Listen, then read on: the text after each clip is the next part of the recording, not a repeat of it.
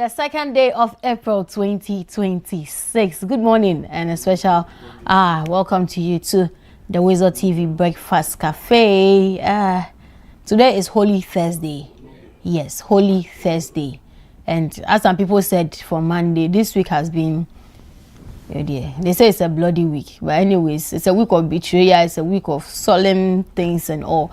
But yeah, we welcome to the WoezorTV Breakfast Cafe. And yeah, as we always do it from now up till 10 a.m., we bring you the very latest updates in sport, entertainment, newspaper, we bring you the news, and what's trending, any other thing you've got to know so far as the morning is concerned. Anything you need to keep you well informed for your morning here on the WoezorTV Breakfast Cafe. So let's take a look at our weather for this morning here on the WoezorTV Breakfast Cafe. What is the weather saying this morning? 27 degrees Celsius. The weather stands this morning, 27 degrees Celsius.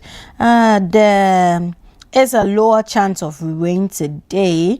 It's going to be partly sunny for most parts of the day, though. Yeah, but we're anticipating a 40% to 50% chance of rain between 2 p.m. to 6 p.m. Okay, up until 8 p.m. actually. And so between 40 to... it reduces up to 20% by 8 p.m. And so let's be informed and let's know how we can plan our day. The weather nowadays is taking us by surprise. You can just be walking there and then it starts raining. And so let's be informed. I mean, if you're stepping out, go along with your raincoat, your umbrella. Just be prepared for anything. It may rain, it may not rain, but yeah, this is what the weather it's saying this morning. And so let's be guided by it. And as we always tell you, drinking a lot of water, your body needs it, your kidneys will thank you. And please make sure you wear some comfortable clothing too. And let's have a great day, because if the sun is up and you're wearing things that are not really absorbable, they're not comfortable, you know how you're going to feel under the sun. And I mean, with the rains also coming in, let's be guided. Let's start getting our sweaters, our pullovers ready to welcome the rains. And so that'll be it by way of weather this morning here on the WoezorTV Breakfast Cafe. But this morning, I want to leave you with a word of motivation. Yeah, I really want to leave you a word of motivation. The late Yasapon had a song titled Judas. It's actually one of my favorite songs from him. And this week, Judas is one of the popular personalities we are going to be talking about this week, even up until somewhere next week, where the whole Easter festivities are going to die out. But you see, Jesus never, okay, maybe Jesus saw it, but I just want to let you know that in any space you find yourself, in any setting you find yourself, there's definitely going to be a Judas there. In any space you find yourself, there's definitely going to be a Judas there. The person may be the closest to you. The person may be the one that you eat from with the same bowl. And in Yasapon song, there's a point where it says, yes, that means when Jesus moves, he also follows. That person can be your closest follower. The person can be the one that moves when you move. That doesn't do anything without your command. But you see, what happened to Judas and Jesus? Judas eventually went to trade Jesus for some 30 pieces of silver coins. You see? And so I just want to let you know that even as you go about your day today, beware of the Judases around. Scripture tells us to be sober, to be wise as a serpent, right? And so this one, I want to leave you with that look out for the Judases around in your spaces. Look out for those Judases in where you work. Look out for those Judases. Because sometimes they will be the closest to you, but they'll be the very people fighting against you. Sometimes they'll be the very people who are your prayer partners, but they'll be the same people fighting against you. Some of them are like bedbugs. They are closer to you, but they are the very people sucking out your blood. They will milk you dry. And so this morning, even as we are commemorating and the spirit of Easter and getting to talk about the death of Christ, so let's look out for our Judases this morning. Just be careful. Do not let anything take you by surprise. Look out for them. And when you find them, just know how to live with them. Just make sure that you block some accesses to them. Do not let them get so much access to your space, so much access to things that concern you. And believe you me, if you're able to find them and you know how to live with them, you will skip a lot of traps, you will escape a lot of traps, machination and orchestrations against you. And so even as we go about our day, may the Lord guide us, may the Lord help us to identify the Judases in our lives. Even as we are about to celebrate the Easter festivities, I mean, from according to history or Bible, I mean, from this evening I go in there, Agronana I Ashasi and so let's be guided and let's take this piece of advice as the day goes on. But my chefs are ready, coach chefs are ready for us to start cooking here for you. The very best of breakfast. Whether I want a heavy, creamy, spicy, whichever way you want it. When the Haji is straightening himself up, just say the way he's sitting, I don't know what he's about to say today, but let's take a quick breather. When we come back, I introduce them to you.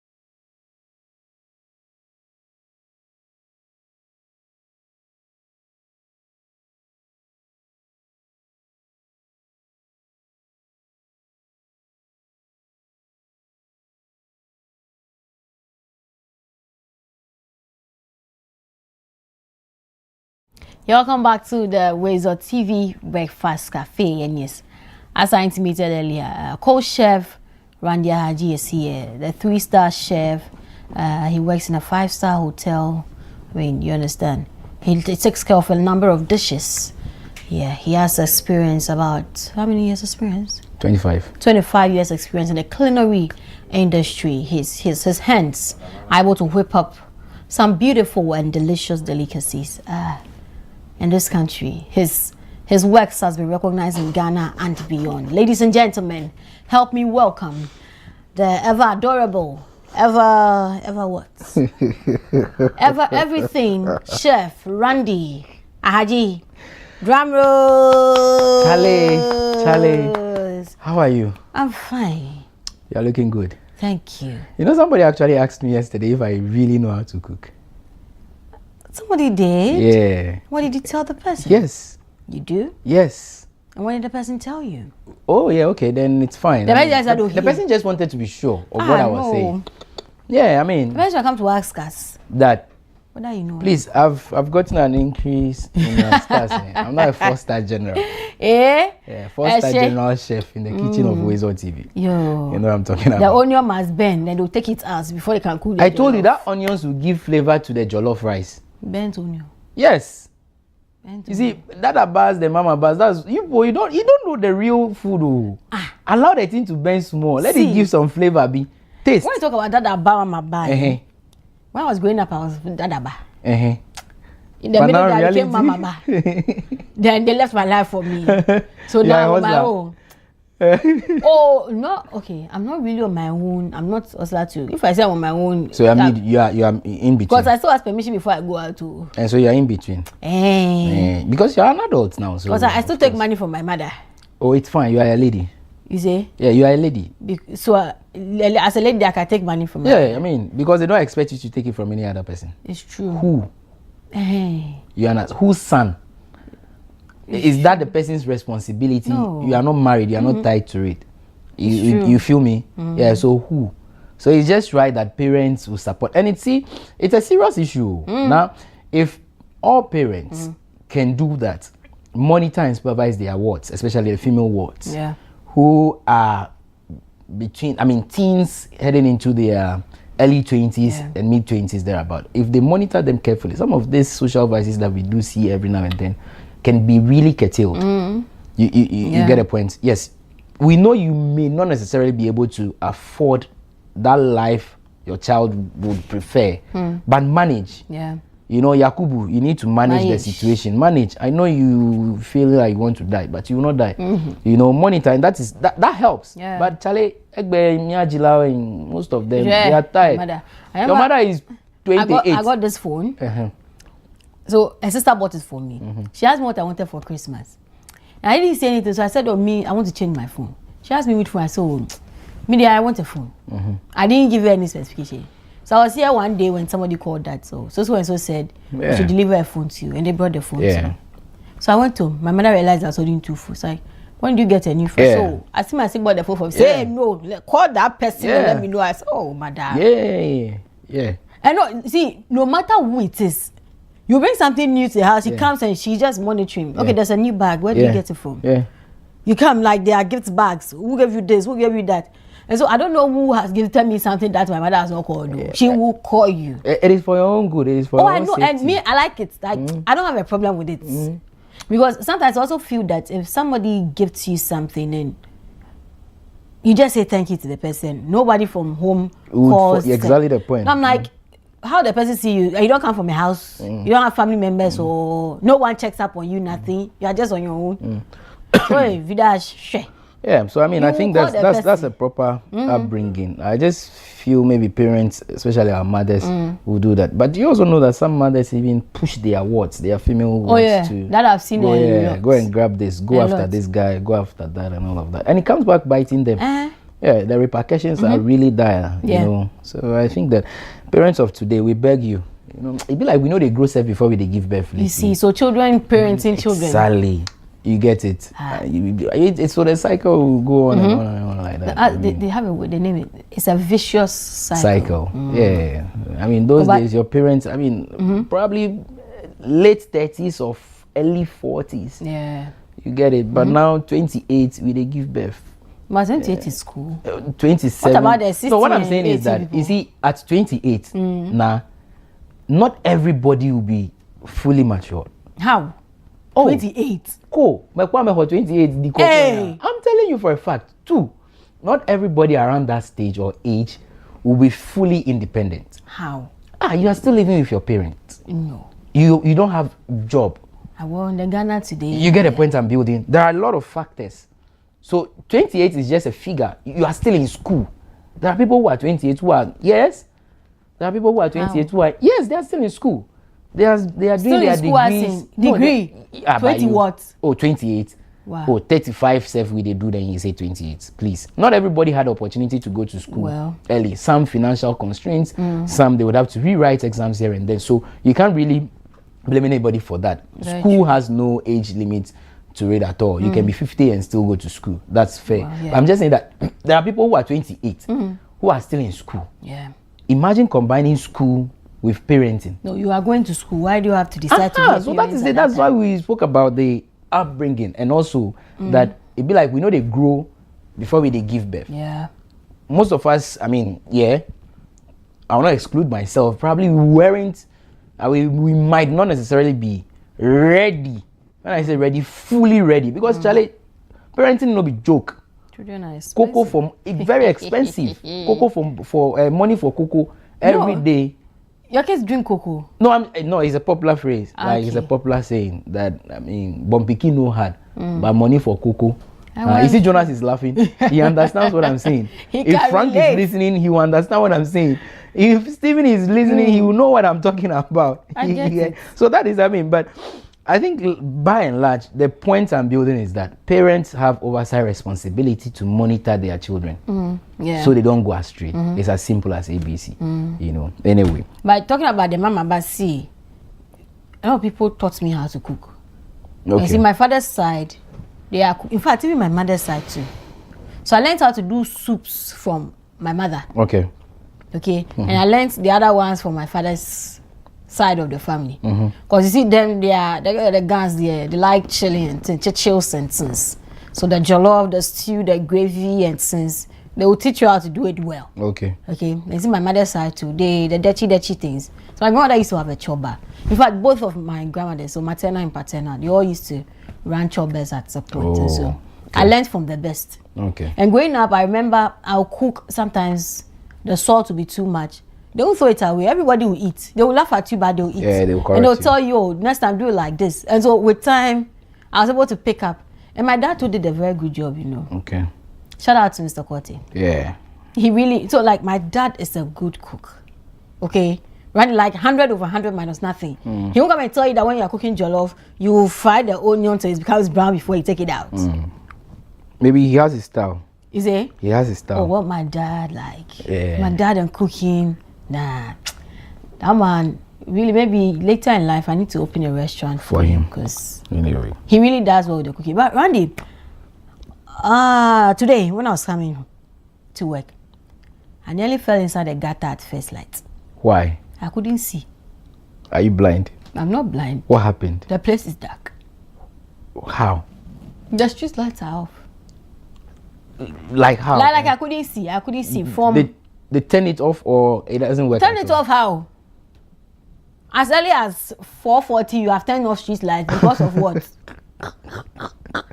We are saving power. Because of what? At that time, we are saving energy. When people need to see, people need visibility, pedestrians and drivers are like. You see, one thing that bothers me is that first light, walking towards the traffic light from where I was coming from, there are a lot of open drainage. Okay. No slabs. No, sure.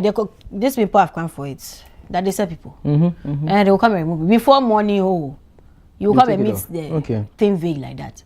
And I'm saying that had it not been that I kind of knew the place well and I could navigate my way through, and I had to strain to know where to pass and things. What if it's somebody who doesn't know the place, and maybe it has rained more? First light too near. If it rains more, my car ran it over.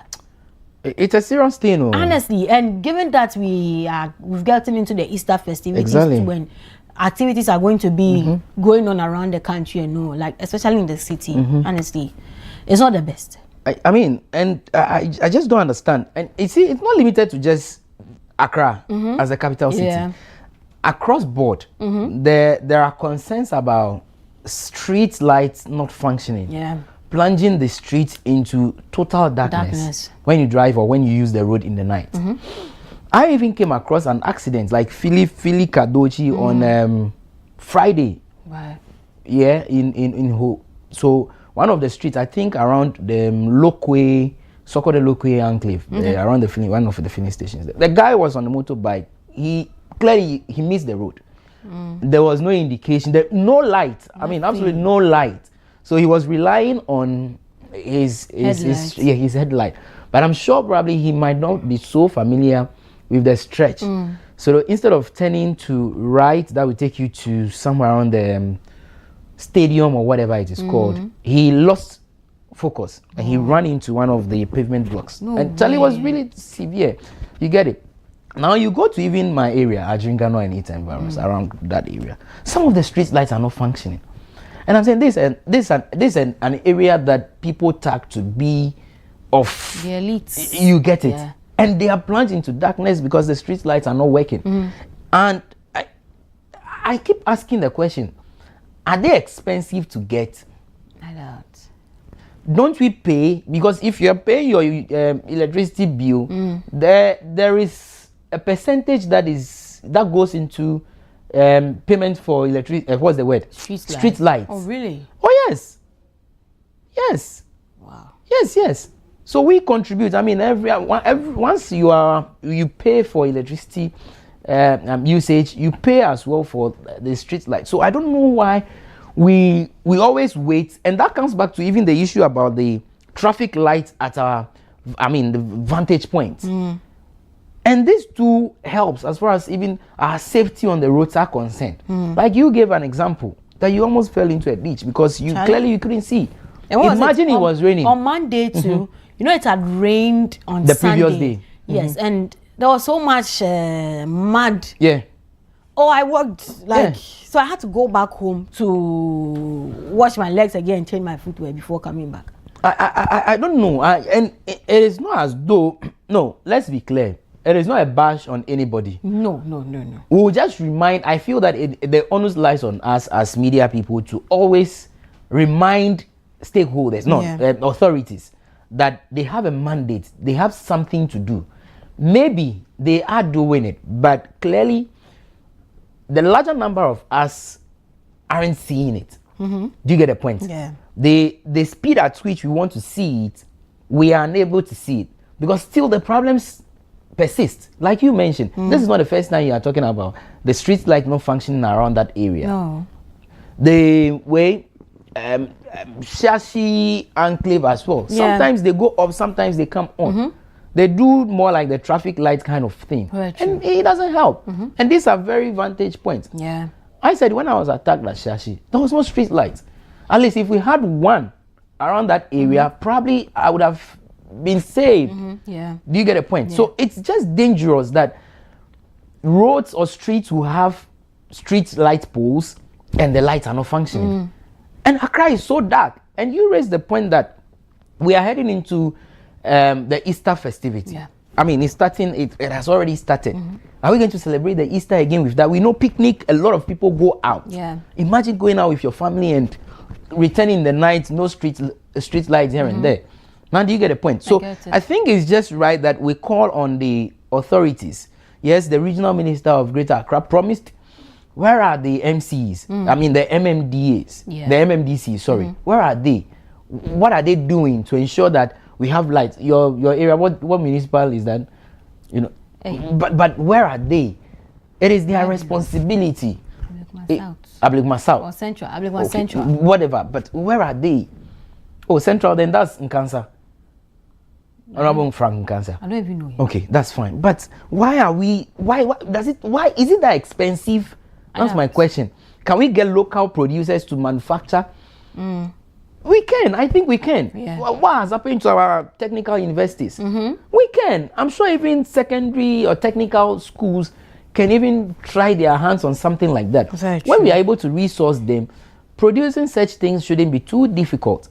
Do you get my point? So I feel, Charlie, the city is too dark and we can't continue like that. Honorable Linda Okulu, good morning to you.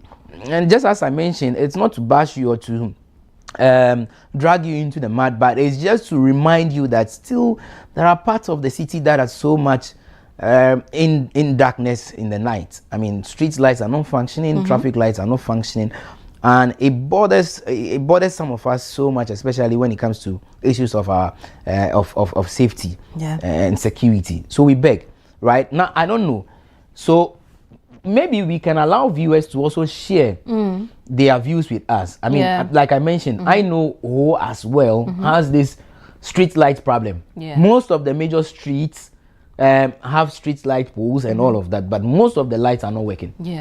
Most of the lights are not working. I want to believe that maybe elsewhere in other cities as well, they might have the same issue. So it's just right that maybe we allow viewers to share that with us, and then call on authorities or plead with authorities to come to their rescue or to help salvage the situation. I don't know if you have anything to add to that as well. Very true. And I mean, what we say now is what we have said. Initially, we used to say that people will come and steal the cables, right, the wires in the street light. That's why most of the street lights are not working. Now they change to solar powered street lights. So what has happened to the solar powered street light that now they're also not working in the country? And you see, from the routes I usually use, so I'll usually use the Avenue stretch into Aladio and then come to work, or I'll use the main in Sawam Road and then turn at Achimota overhead and come, or I'll use the Dakuma Junction route. And all these places are dark. And these are very vantage look at Dakuma Junction into Kokompe. I don't know if you know Dakuma Junction. I'm not too okay. Into Kokompe. Okay, yeah. And look at how Kokompe is. And imagine the place being dark. It's a serious thing. Now already during the day and cause you see engine oil and things are fall on the floor, so the ground already is dark. The floor is black already. So just let's say just in case so somebody is standing there waiting for a bus or church, and maybe there's a scorpion, black scorpion walking on the black ground. How will you even see? I am even worried about this thugs. Again, they too. Do you get it? Because that's their peak hours. Yes. Too. Like the morning. They know 4 a.m. 3, 4. Market women are going out. They would have to go to the market, so they are rushing out from their homes around that time. I mean, but we had complaints about the CP runabout too. That those days 4 a.m., 5 a.m. women are being robbed. Yeah. I mean, market women are being robbed around that area. You get it. So, look, the street light might not necessarily save you. Yeah. But it helps in the sense that people can see from afar. Very true. If somebody is attacking you far away, from a distance I can see. If it is to call for backup, if it is call for police to come, I mean, something can be done. So it serves as a major thing when you talk about safety and security of individuals. Do you get it? So I don't think we ought to be dilly-dallying or playing around this whole issue about street lights. And we've been talking about it for so long. Since last year, we've been talking about Accra being dark. And you know, I remember my days at Accra College of Education, I think my final year, we heard of a story of one student from the University of Ghana Business School. I think the person was in graduate school and I come for evening classes, and so was walking from that place to somewhere around UPSA. And he said the place is dark. There's no street light. And these armed robbers in that team. So like, he was also struggling with them, didn't want to give them whatever. Then they threw him on the road. So a vehicle was coming. And the vehicle smashed him. And before the driver or anyone could say Jack, they already entered the bush. Yes, they know where the areas to hide. They were gone. You get it?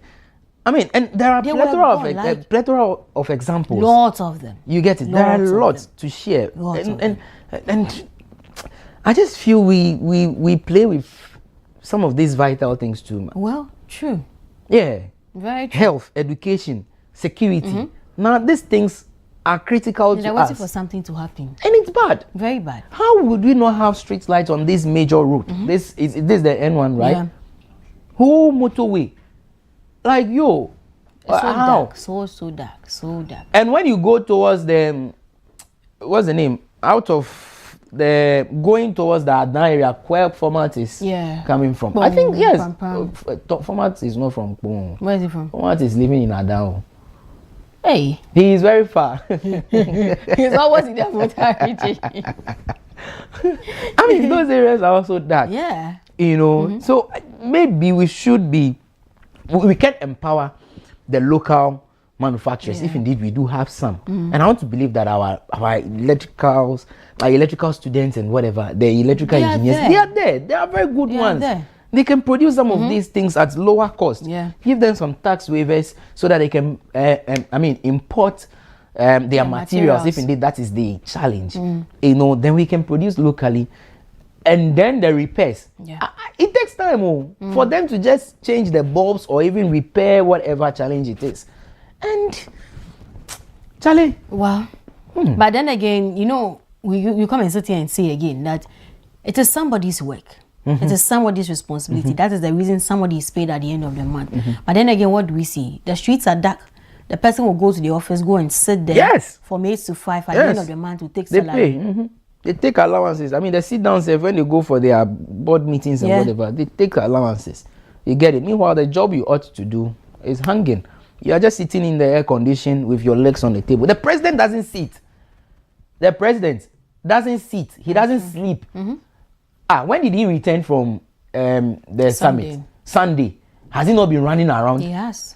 Since Monday, today he has a program. And you, an appointee, are sitting in the office. And when they say, you say we are talking about you. We'll talk about you. See, the right thing must be We'll done. talk about you. The right thing must be done. Because you see, the president is doing everything in his part to make the country a better place. But then again, he can't be at every place at the same time. And that is the reason they've appointed some of you to head some of these institutions. And so if the very petty things that are of concern to Ghanaians, you can't ensure that it is done, then what are you sitting there doing? Now let's hear from our viewers. 055-269-7939. Call in, let's hear your thoughts on this street light issue. Where are you calling from? Do you have street lights in your area? Are they working? Are they functioning? Or people are stealing the cables? Or you have solar ones that we don't know. Maybe they can't absorb they can't trap the sun rays anymore. So maybe, maybe. When we didn't have the fiber poles that we have now, that's fiber, right? I want to be sure that's the name. What we have currently, with the ash, whatever. We were using poles, wood. Yeah. Did they steal cables when we were using that? No, I never heard of anything like that during that time. So I think the fiber one, it's like the inside is hollow, and so the poles are just inside like that. So if you were to cut that downside, you know. Yeah. So I am just bringing that wood part because back. if we've not had that story of them stealing or theft, of cables with the wooden poles, then should we rather go back to that? Maybe so they are looking at the environment. You know, now everything is about sustainability and green energy. But if they're stealing, but we have wood. The woods are there. The bean balls are still lying in the forests. Well. Yeah. But that's how come the bean ball market was booming those days. I mean, we had bean balls at home those days, and I remember we sold some to, ECG some time back. Yeah. I mean, yes. So the poles are still available. If possible, we can still erect some. If it is about the theft, as you mentioned, to prevent it, because I don't know what else they would want to do. Yeah. You get it, because it is easy. The ones around the CP enclave, they've just opened the whatever and then, took it out. Or can they make it in such a way that you can't easily open it? How? That I don't know. That I really there should be a way out. Yes, there should be a way out. And we can't give an excuse that they steal the cables. So what? Was it months ago? I think on the Pokwase Highway, a man was driving and he shared that video on X where people had actually stolen the pole itself. Hey. Like how? No, so I think the pole had fallen and they managed to cut it to the base and they were carrying it wherever. To go and do what? I don't know. So he made them was like they should put it down and leave. So he had to sack them. He was lucky they didn't beat him. He was in his car. So big man. Yeah, so he had to sack them. But you see, like, the thing is, as you sack them, you won't be there for 24 hours. So they will definitely come back and come for the pole. And there are people who don't care. So whether they see you stealing or taking it away, they won't even ask you. Charlie, you're buying there. It's never their problem. So 055-269-7939. Please call in. Let's hear your thoughts on this. Do we have a caller? No, I'm not sure. But honestly, like as a country, we should really move beyond this. And the people that steal the cables, the people that steal the posts, and all. Can we just, I don't know. But the police on patrol, they don't find any of them. But the fact is, that's a good question.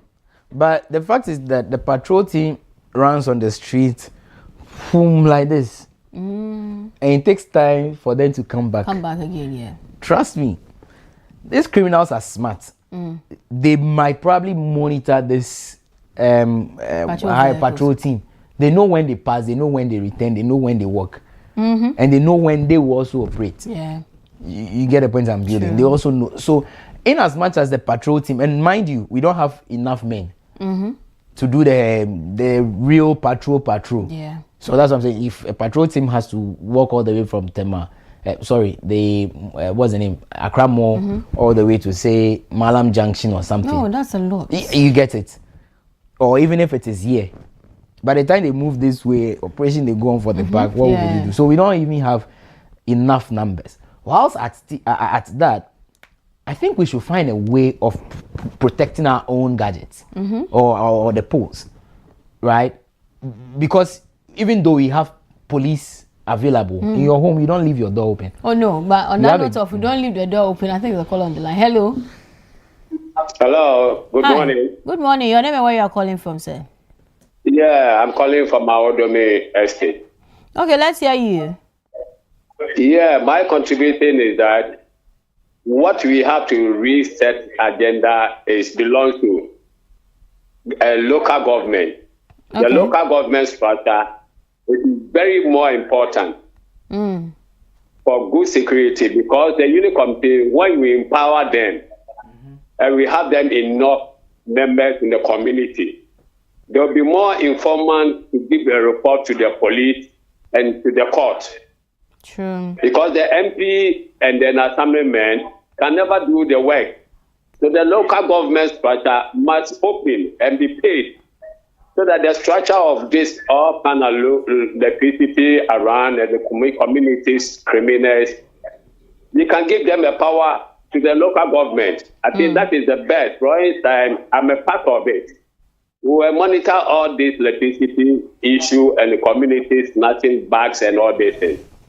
It's not only for the MP or assemblyman. It belongs to the local government people who can even mount within the community to report, so that the country will be better. But the local governments look like it's lying down with no power. Only assemblyman. Everybody know assemblyman. Everybody know assemblyman. How can one person work in a community? So I need the reset agenda to go back to the local government and empower them for their reports. Okay. This is what I want to contribute to. All right, very well. This morning. Thank you. We appreciate it. Thank you. And you've stated it. And now, because this thing falls mainly on the doorstep of the local government, and that's the MMD DCs that I spoke about. And back to the question, are they well empowered? Do we have, I mean, at least we'll praise the new government for the prompt release of the common fund every now and then. At least that should help. There is also some stipends that has been paid to assembly members sometime back. I don't know if they still... I see the assembly members, they're getting 1,500 Ghana cedis monthly. Okay. I'll come back to that. Hello? Hello? Can you please stand well? We can hardly hear you. Okay. It's very painful to see that people, but important issues like traffic are still not be handled properly by our politicians. It makes life in this country very frustrating. I think we are people that allow that there's no job for us. We are agreeing on that. But these are the major issues that these politicians are not really helping us. And this is the time for us to think they will be accountable for it. Because if this continues, what about the life of others? You are putting them in danger. Probably they could be like someone who will be hiding somewhere with their gun. If all these traffic lights are being provided by various places, it is easy for accessibility. So that you can identify that there's someone who's by them, so that you can also know how you can prepare themselves. So if these people are not doing this issues for us and always we continue complaining, then what is the essence of us we voting them into power? We are pleading them that traffic lights, that education should be something easier for us so that we can access to our daily life. All right. Okay, thank you. Thank you. Point well noted. Now, I think I have a message here. Let me just read that quickly whilst we prepare to pick the other callers. This one says, it's really disheartening to see basic issues like healthcare, education, and traffic management still not being properly addressed by our politicians. It makes living in this country feel frustrating and disappointing. Okay, you didn't add your name. Now, there's another message. Okay, that one talks about the weather report that you gave earlier. So the person is asking, I mean, he's saying that Wezor goes beyond Accra. So let's also talk about the weather conditions elsewhere. Yes, sir. We would do that moving forward. Yeah, we will do that. We will look at it. We'll look at but you know, we can't give all the cities, but we'll start. We'll work on it. We'll work on it. Thank you so much for that message. The phone lines are still active. You can join the conversation 0552697939. Now I think we've got a caller. Okay, hello. Your name and where you're calling from?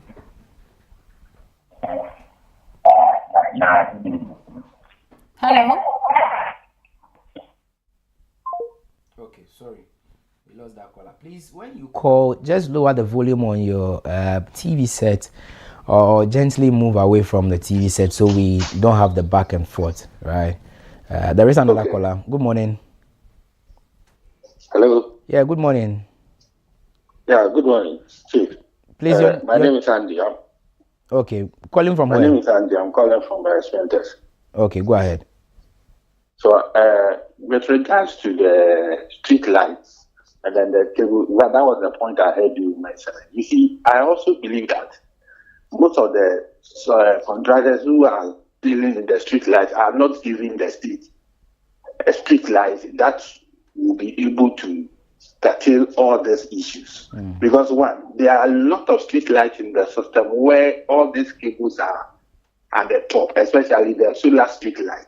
So once you have the cables at the top, there's no way somebody can climb to the top and disconnect the cable. So we should move away from the current street lights that is in the system and then resort to the solar street light where everything is at the top.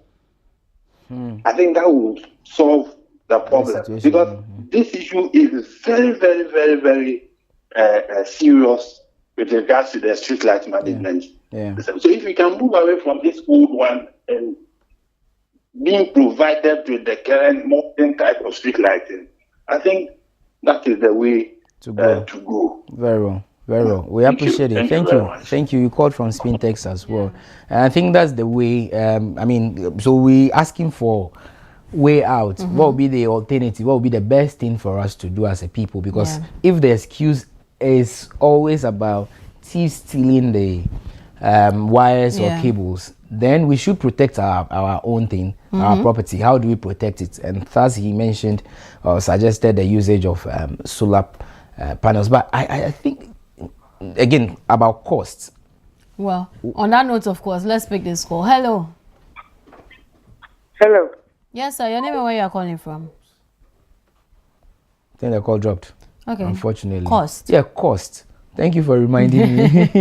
You read me right. So cost. I don't know if the solar will be more expensive. Yeah. But you see, if we are intentional as a people, we shouldn't be bothered about costs. Now, trust me. Even, look, move away from the street lights. If we put all government agencies, their offices, on solar, do you know how much we are saving? You save a lot. Yes. We save a lot because some of the agencies you go, they leave their fans, ACs on and they go and come back. Unfortunately, if there is lights out during the day, they leave the office at 5, they come back the next morning when the light comes on, the fans. So only God knows the number of hours those fans and their lights are kept on, even the machines they use in the office. So solar is the way to go, but cost, I don't know. Solar is the way to go. Hello. Hello, good morning. Good morning, sir. Your name and where you are calling from? This is Truly. Okay, Truly, can you reduce the volume of your TV set? This is Kwame from Sunyani. Okay, please reduce the volume of your TV set. It's giving us feedback in the studio. Are you okay with it? Yeah, you go ahead. Please, are you okay with it? Go ahead, sir. We can hear you. Thank you very much. Yes, I wanted to emphasize on and to say how the country makes beautiful is the lights. And most especially, I wanted to say, as my brother is saying, we need solar. If solar can be in the areas, in the country, in the community, it will help the city, it will help the vicinity. You know, and it's very, very bad. Sometimes if cars are passing, there's a place very, very dark. You know, it's very, very hard for you to visit the place, the area, you know, and it causes a lot of dangerous harm around the place. So they should look, as my other brother said, fine, if the local government don't have time, the assemblyman, you know, the youth chairman, they can give them that work for them to do so that there will be light in the area, because it's very, very necessary. If there's light in the country, it makes the place very beautiful. It's safe, because we need our safety. You know, we need our safety because Ghana, our homeland, we need a beautiful place for us to visit. Sometimes when we are even going to some areas, you don't see light there. Yeah. You know, and it causes a lot of incidents. So as my brother was saying, if the solar can help, it will be very, very helpful. You know, it lasts for long. You know, there will not be light off in the area. Yeah.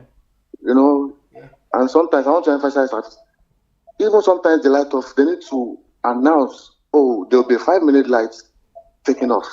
We'll return it back. It's nice. But, you know, we want to, you know, plead so that they look into those areas for us. Okay. You know, to be very, very nice for us to have very light. Okay. You know, very because well. Ghana needs is very, very beautiful. Very well. Thank you. Thanks for your call. Now, I want to make this point. Yeah. Can we do a PPP? Where PPP source this out to private institutions, private whatever. Okay. So they can fix the solar panels for us. Then whatever payment we make to whichever institution, maybe ECG or wherever, will now go directly to that company. So they recoup their money. But how do we roll that out? Yeah. Allow the MMDAs to do it. So in your locality, so that's how to empower even the local government. Yeah. Do you get the point? So in your, if it is Lejokuku, Ablekuma Central, Whole Central, or Hohwe or wherever, it is up to the owners now rely on the MC or the DC there. Right. Get somebody who is a private person who can help your district with street lights, solar street lights. Yeah. Then there is that percentage that when we pay electricity bills, now will go to the private person. It's just like you're paying him bills, so he takes care of it when there is a fault. And a solar, you know, the advantage is that, I mean, whether there is ECG light or not, whether the grid is on or not, once your solar is free. We just paying. Walk under the sun and expose our complexion. It will burn us, make us dark.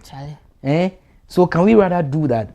You know, I'm sure there will be institutions, private institutions that will be willing to do it. Very and that's also to empower the private sector. And now what that will also mean is that now that private sector in that locality will open up and employ more. Yeah. Do you get a point? So whilst you are solving one problem on the right side, you are solving another on the left side. Because there are electricians or electrical students who graduated from technical universities, technical schools, who are just home, not working. Yeah.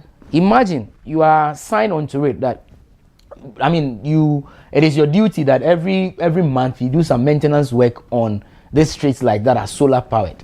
You know, so you are creating jobs for the young people in that locality as well. I mean, I think we can look at that if possible.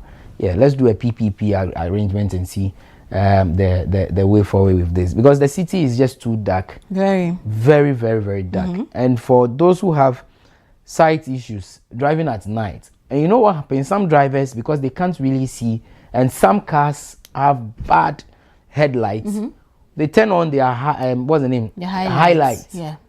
So imagine highlights popping onto your eyes. It's crazy. It's very crazy, and it can just land you in any kind of wahala. Yeah. Right. But we just hope that the days ahead will be good, and we can have some, I don't know, solid solutions to care about this. But Aram was asking whether we couldn't. Is that why can't we have cameras to monitor the lights on our motorway? Even the lights, safe, brother, we don't have them. Now we have to go and install different cameras to monitor people who come and steal the street lights. Oh, okay. So he's talking about. So I mean, the people who steal. Yeah. So can't we have cameras to monitor? Some years ago, they told us that we have. What's the word of that cam? Not a body cam. Yes, something camera. Yeah. That will be on our streets. But they are there. Do we have them? They are there. The road safety people said it's for them. We were on this show when we called the head of public affairs for road safety. Okay. And we spoke about, was it them or one other institution? And the person said no, it's for road safety.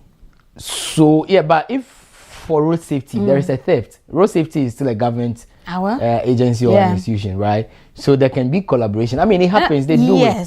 So if, for instance, the police, because they deal with this sort of, criminal cases and all of that. So if the police wants to rely on any video at all, they can just call on the road safety for that. But the question is, how much does a road safety have that they can buy or procure cameras for all these major streets? No, but you know, advantage points, and especially it's not really on the streets. You usually find them at where the traffic lights are. Yeah, those are the areas they have the cameras. But if what Aram is saying, for instance, CP, that's a classical example. Where would the camera be fixed? In the middle. Which side? The roundabout. Yes. So they create a stand. Yeah. So we have other areas that have darkness, like I mentioned, the Shashi Enclave and all of that. And you see the length, the distance of the road also counts. Mind you, the guys don't just go to, and that's what I said, they are smart. They don't go to where you see them. No. They'll go to the areas, the areas where they know you can't really, but it's a laudable suggestion he's also made. I mean, beyond the street light issue, the thugs, as I mentioned, you know, they are still there. You know, so when these cameras are fixed, it becomes easy to really identify some of these thugs out there. But we just pray. It's just a call to order. We are appealing to the key authorities, the key stakeholders, our regional ministers, that's the RCCs. We are appealing to the MMDAs. Please, this one day your doorstep, why? We beg. As we are entering this whole festive mood, we beg you. People will be traveling here and there. People will be moving from one side to the other. You know, so we beg. Let's help solve the issue as once and for all. Yeah. Now, before we go, I've also noticed that, because we're talking about safety and what have you, people will be traveling today, people will be traveling tomorrow, all throughout the weekend till Monday, Tuesday as well. Issues about car availability of cars and lorry parks will be a major challenge. I mean, I had that challenge even this morning while I was coming to work. You know, schools are on break, so students are already coming back. So it's already a challenge on the bus terminals or the bus stops or the lorry stations, right? So I think this is the time GPRTU, Protoa, name them, all this transport operators unions, solve the problem once and for all, right?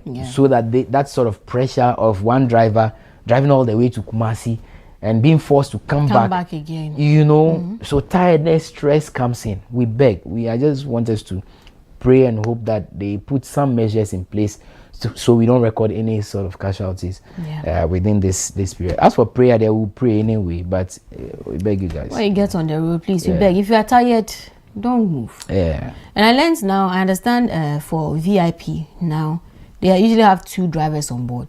Okay. And so if one is tired, they just change over. But I think that's for long distance. Yeah, so say Accra to Kumasi. Okay. There are 2 drivers. Okay. So if you're tired, they just change over. Okay. So please, if you are tired, you are the only one. But sometimes it's not just about tiredness. Sometimes some of these drivers are just reckless. Yeah, they are just reckless. What is it? Where are you going? You ask yourself, where are you going? Where are you talking about the where are you going? You see those Voxy vehicles. Yeah. I don't know if you've encountered any of them on the road. I've not even sat in any. Not sitting in any, but how they drive on the road. Maybe one of these days you apply the Accra Kumasi road and see, bro.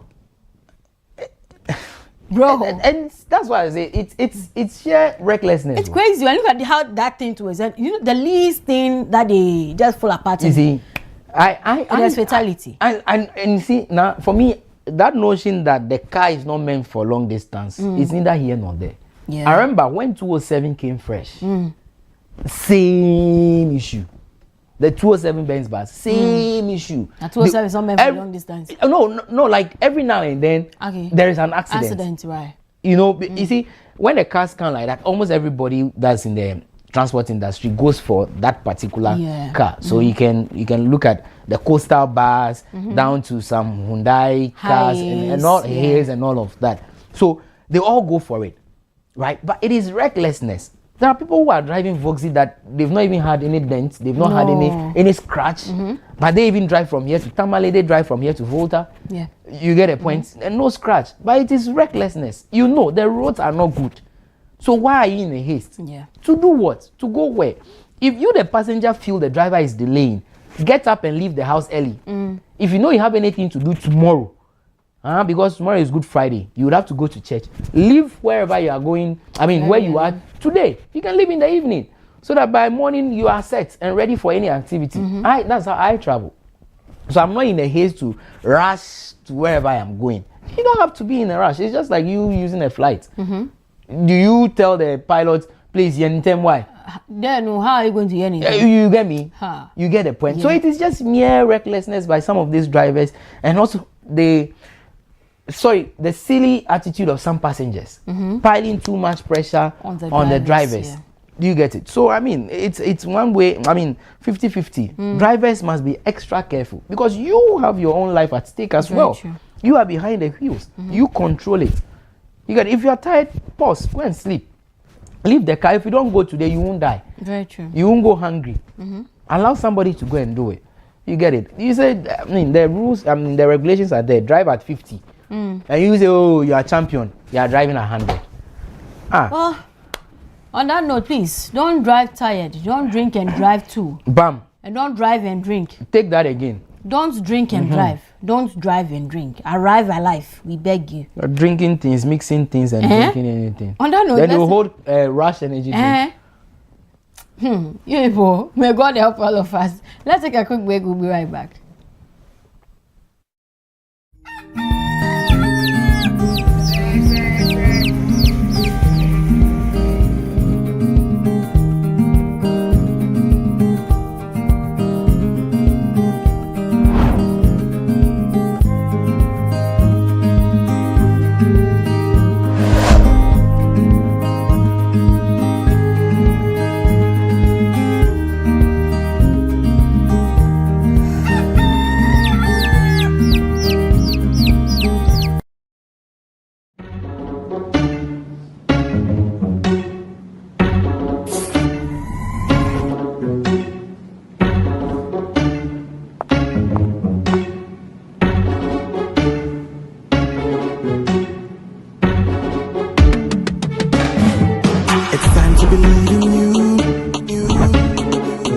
Changing, so should you. If you're dreaming, don't be afraid. And in the valleys, keep your head up high. Dare to dream with Puma drinks. Puma, Puma. Yeah, believe it, you can achieve. Puma, Puma. Oh yeah, clap your hands for the whole new vibe. Make we set the blessing. Oh yeah, come alive. Puma, Puma. Let me hear you.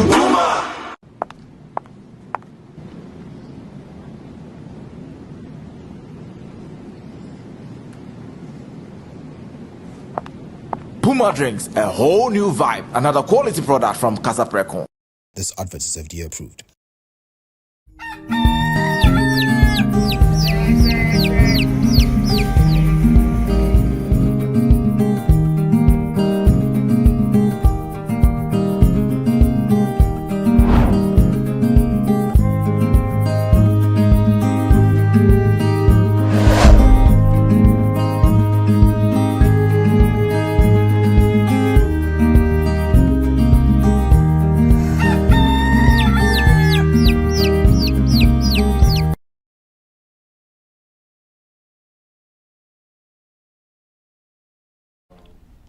Second April 2026. If you're celebrating your birthday today, happy birthday to you.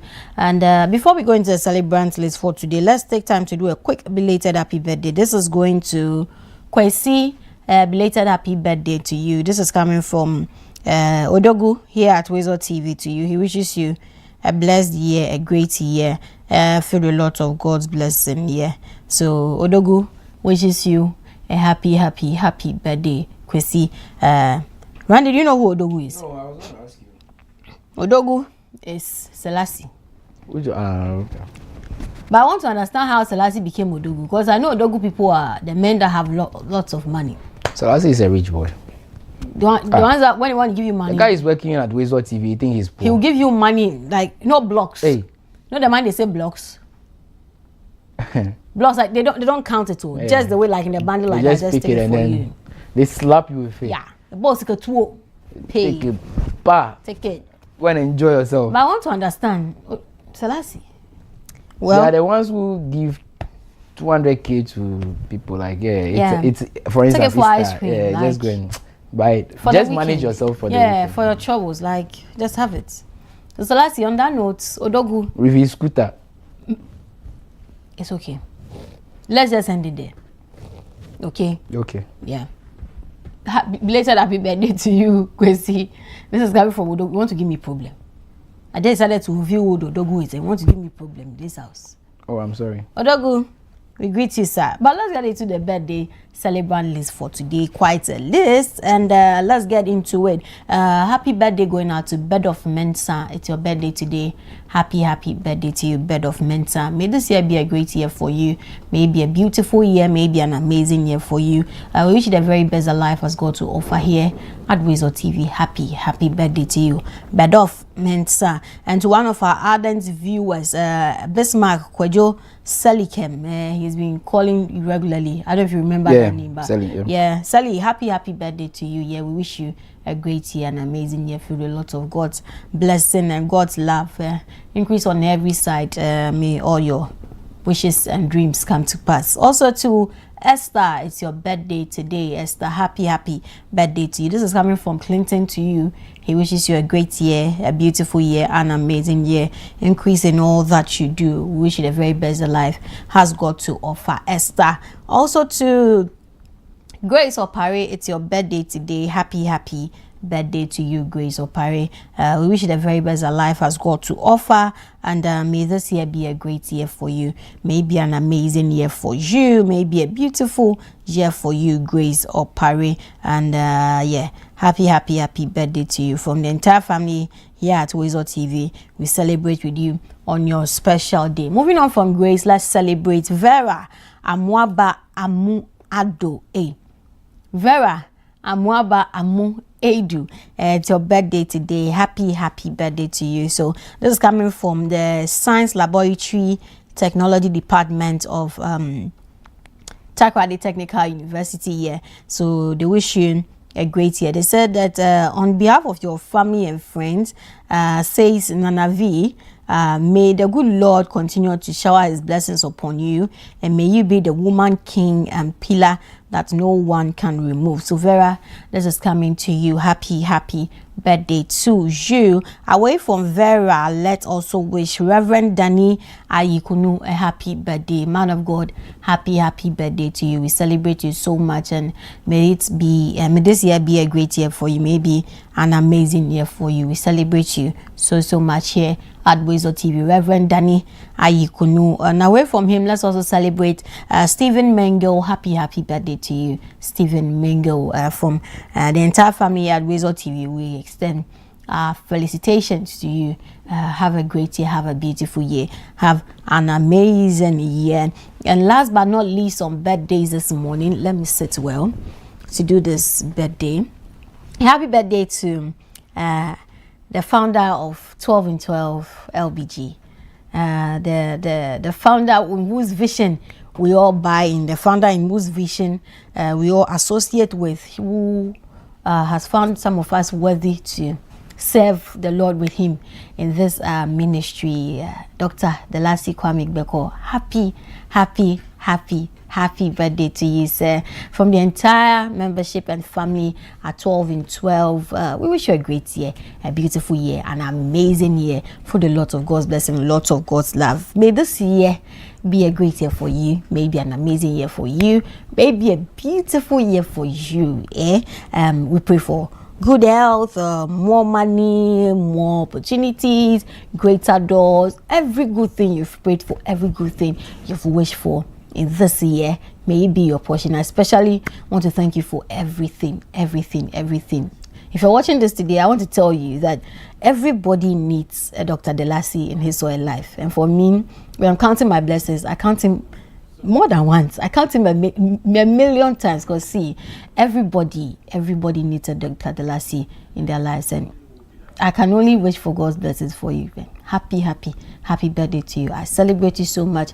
I honor you so much, and may this year be one of your best years yet. Happy birthday to you, Dr. Delasi Kwame Beko. Yeah, a great one for me to you. And so that will be a wrap on birthdays here this morning on the WoezorTV Breakfast Cafe. Please do all to keep your wishes coming into our WhatsApp number 055-269-7939 055-269-7939. Let's share in your special day and that of your loved ones. Please do all to let your wishes get to us 7 p.m. the day before your birthday, so we can be able to work on it for you. On that note, let's take a quick breather. We'll be back with the news reports.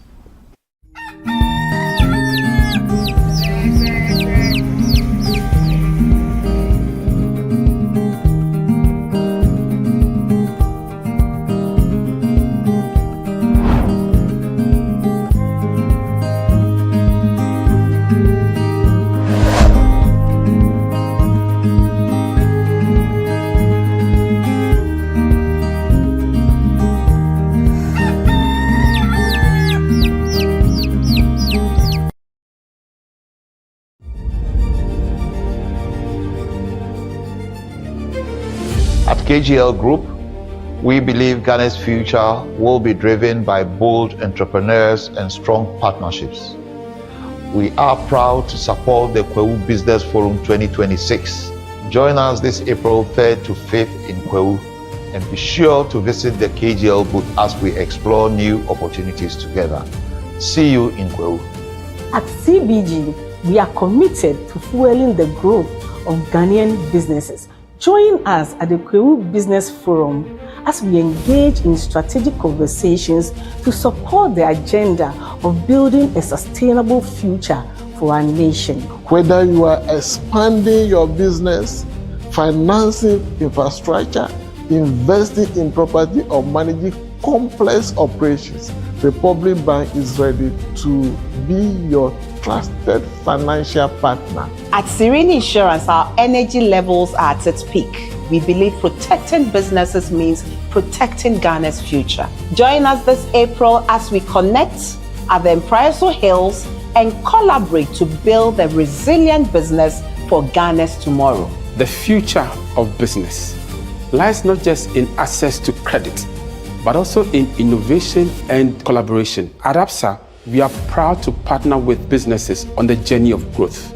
Entrepreneurship fuels Ghana's growth, and at Fidelity, we believe ambition thrives when it's matched with the right capital and the right support. We're here to help ideas grow into real businesses by supporting entrepreneurs with smart financial solutions and strong partnerships. For several decades, GCB Bank, Ghana's #1 bank, has stood alongside Ghanaian businesses, supporting their growth and expansions across the entire country. The Core Business Forum presents another terrific opportunity for businesses, entrepreneurs, and investors to meet, connect, and explore new ways of advancing Ghana's economic growth. The Ghana Enterprises Agency continues to support entrepreneurs with the right tools, training, and resources with a strong focus on improving access to markets for Ghanaian MSMEs. The Core Business Forum brings these businesses together to connect, showcase their products, and explore new market opportunities. At Bank of Africa, we support enterprises that are expanding beyond borders. The Core Business Forum is a valuable platform to build those connections. EcoBank Ghana is proud to support enterprises expanding across the continent through our Pan-African network. The Core Business Forum is a great opportunity to connect, collaborate, and unlock new possibilities for trade and investment. Ghanaian businesses have enormous potential to compete in global markets. At Exim Bank, we are committed to supporting exporters and industries to bring Ghana to the world. The Core Business Forum is an important platform to unlock these opportunities. Let's meet there. Entrepreneurs are very important to the economy of Ghana and in any other developing country. They contribute more than 90% to businesses and more than 80% to employment. And that's why platforms like the Core Business Forum are important. And I invite everybody to be part of it. We've been part of it from the beginning and will always continue to support the Core Business Forum. Real development begins at the local level. The District Assembly's Common Fund continues to support communities, infrastructure, and businesses across Ghana's districts. The Core Business Forum is an important platform to connect national ideas with local impact and opportunity. National Investment Bank PLC remains committed to supporting Ghanaian businesses with the right investment and financial solutions they need to grow and scale up. Rock is proud to contribute to the growth of the precious mineral value chain. The Core Business Forum brings together the partnerships and ideas that will shape Ghana's next phase of economic progress. Come, let's grow Ghana together. At NutriFoods, an Olam subsidiary, we are proud to serve Ghanaian consumers through trusted homegrown brands guided by a simple philosophy: made in Ghana, made for Ghana, and thought by Ghana. Join us at the Core Business Forum, where leaders come together to shape the next chapter of Ghana's economic growth. Ghanaian businesses have immense potential in global markets. GEPA remains committed to supporting exporters and helping local enterprises compete internationally. At ADB, our focus is simple: financing the ideas and enterprises that drive Ghana's growth. That's why platforms like the Core Business Forum are so important. Join us this April as we go beyond banking to support entrepreneurs build the future of Ghana. Investment plays a critical role in accelerating Ghana's economic growth. GIPC, through its regional investment roadshows under the Investment Opportunities Mapping Project, works to attract and facilitate strategic investments that support businesses and industries across the country. From Accra to Tamale, from Ho to Takrady, the Core Business Forum is an important platform for fostering these partnerships. Hold on, you can't talk about Core without the experience. Easter in Core is one of Ghana's most exciting tourism moments, and the Core Business Forum adds a powerful dimension to it. This April, come for the ideas, the business, and the experience.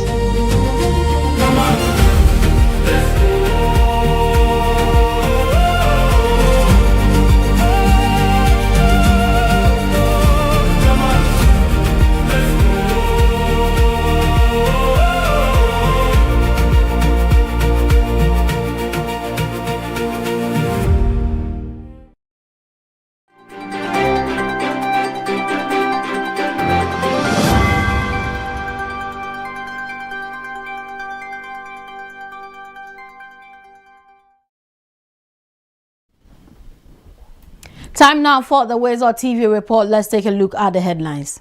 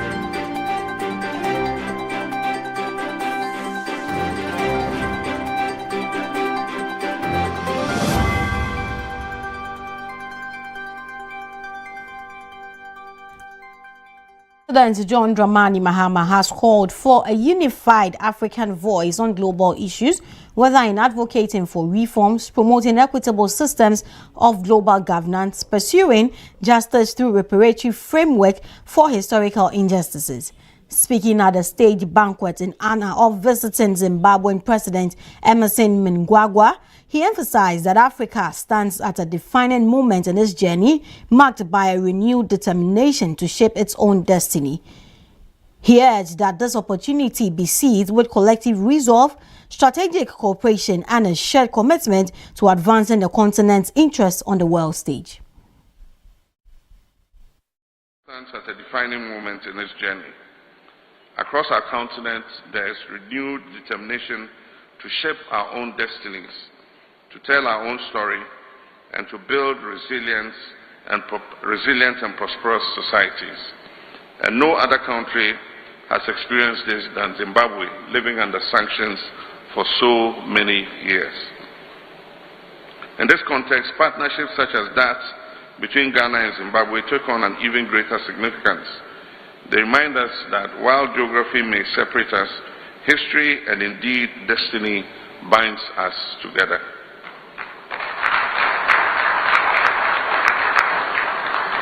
As we strengthen our bilateral relations, we remain equally mindful of our collective responsibilities within Africa and the wider global community. The African Continental Free Trade Area presents us with a historic opportunity to deepen intra-African trade, build resilient value chains, and unlock the full economic potentials of our continent. At the same time, we must continue to speak with a united voice on global issues, whether in advocating for reforms in international financial institutions, or promoting fairer global governance systems, or pursuing justice through reparative frameworks for historical injustices that have been perpetrated. Also, Zimbabwean President Emmerson Mnangagwa, however, emphasized the need for genuine economic independence across Africa, where the continent's abundant resources are harnessed to improve the quality of life of its citizens. He stressed that this vision must translate into tangible benefits, particularly for women and young people who remain central to Africa's future growth and prosperity. In the future, we share the desire for the true independence of our economies, where our people benefit from the rich resources of our continent for a higher quality of life, especially for women and young people.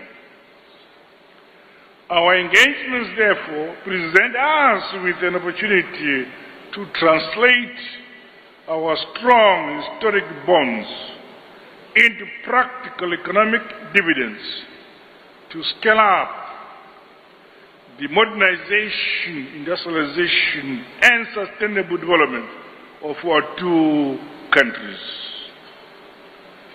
Opportunities exist for stronger business-to-business economic cooperation, to upscale our bilateral cooperation. Riding on the operationalization of the African Continental Free Trade Area, there is equally need to increase our trade. It is pleasing to note that the AFCFTA has found its natural home in Ghana. Now, in other news, Ghana has hosted a high-level technical convening on solar radiation modification, bringing together global experts to examine emerging climate solutions. Minister of State in charge of climate change and sustainability, Isifu Seidu, urged a cautious approach, stressing that such technologies remain uncertain and do not tackle the root causes of climate change. He also underscored the stark reality that although Africa contributes minimally to global emissions, it continues to bear the brunt of the most severe climate impact. Raya Samoa has more in this report. Caution and inclusive global dialogue on emerging climate technologies as it holds a high-level convening on solar radiation modification in Accra. In an opening remarks, the Minister of State for Climate Change and Sustainability, Isifu Seidu, emphasized that although Africa contributes minimally to global emissions, it remains highly vulnerable to climate impacts. He warned that rising temperatures, extreme weather, and shifting rainfall patterns are already affecting key sectors like agriculture, with Ghana's cocoa production under threat.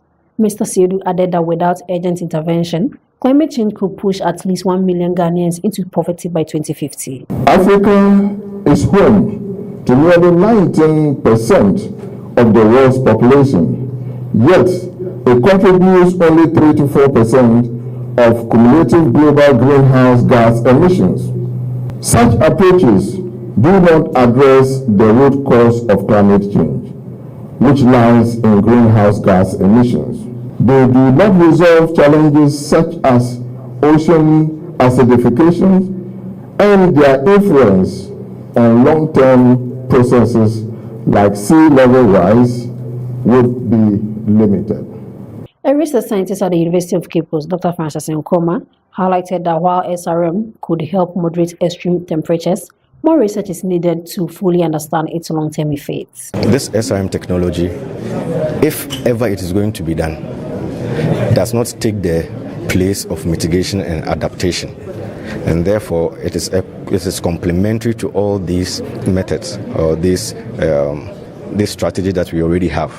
And therefore, we shouldn't look at it that it's coming to destroy us per se, but we first of all have to understand if ever there are good prospects in it, and even if there are, how is it going to one way or the other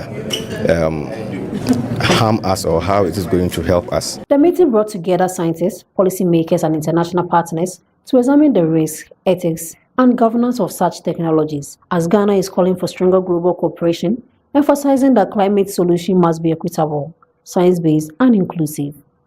For WoezorTV, Richela Samuel. Now moving on, stakeholders in Ghana's small and medium-sized enterprise sector are calling for urgent structural reforms and targeted capacity-building initiatives to reverse the sector's declining trajectory. They warn that sustainability of small businesses is under threat, citing data showing that nearly 3/4 of SMEs collapsed within the first 5 years. There's more in this report. Going over the high rate failure of small businesses in Ghana, with nearly 3 out of 4 enterprises collapsing within their first 5 years. The trend has been largely attributed to weak financial management, poor business structures, and limited risk planning. At a training clinic organized by Ephesians Business School in collaboration with SME Grow Africa, lead trainer Daniel Saki revealed that 74% of businesses fail within 5 years. 74% of businesses that are started in Ghana will go down by the end of the 5th year. Only 26% will survive. We want to get our SMEs to understand the fact that they must be part of the 26% that will survive. Because when you don't control what comes in and what goes out, naturally you cannot see whether your business is performing or doing badly. Entrepreneurs were taken through key areas including bookkeeping, working capital management, and risk mitigation. MTN SME Sales Manager for the South, Louisa Anefi, says supporting small businesses with the right tools and training is critical, describing SMEs as the backbone of the economy. This initiative seeks to support small businesses with training, the requisite training that they need to be able to scale up their businesses. We do this because we realize that SMEs are the backbone of the Ghanaian economy. And so if we do not empower them with the right tools to be future ready, then it leaves a gap in the market. Executive Director of SME Grow Africa, Kwesi Ofori, says the focus is on building resilient businesses that can grow, remain competitive, and outlive their founders. We work with various partners across the globe. So whilst here, we're trying to scout out about 5 to 10 businesses whom we can support and connect with our partners for international collaborations, JVs, and other partnerships, funding and investment for SMEs, and trying to bring real meaningful solutions to SMEs. Stakeholders say strengthening financial discipline and business structures will be the key to reversing the trend and ensuring long-term sustainability in Ghana's SME sector. For WoezorTV, Ellen Frimpong. So some issues on tomato supply. Mafil's Trust Ghana, operators of Mafil's farms at Dowenya in Accra, has set to supply 3,000 tons of tomato to the local market to boost food security. The announcement comes at a crucial time following Burkina Faso's ban on tomato exports to Ghana. The Minister for Food and Agriculture, Eric Opoko, disclosed this during a visit to the farm, where he expressed satisfaction with operations and praised the use of modern farm technologies. He noted that ongoing greenhouse and open field cultivation, along with improved seed production, will help ensure steady supply and stabilize prices.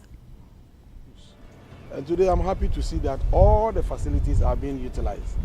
And under this environment, we will ensure continuous production of tomatoes. This is an indication that we are on course.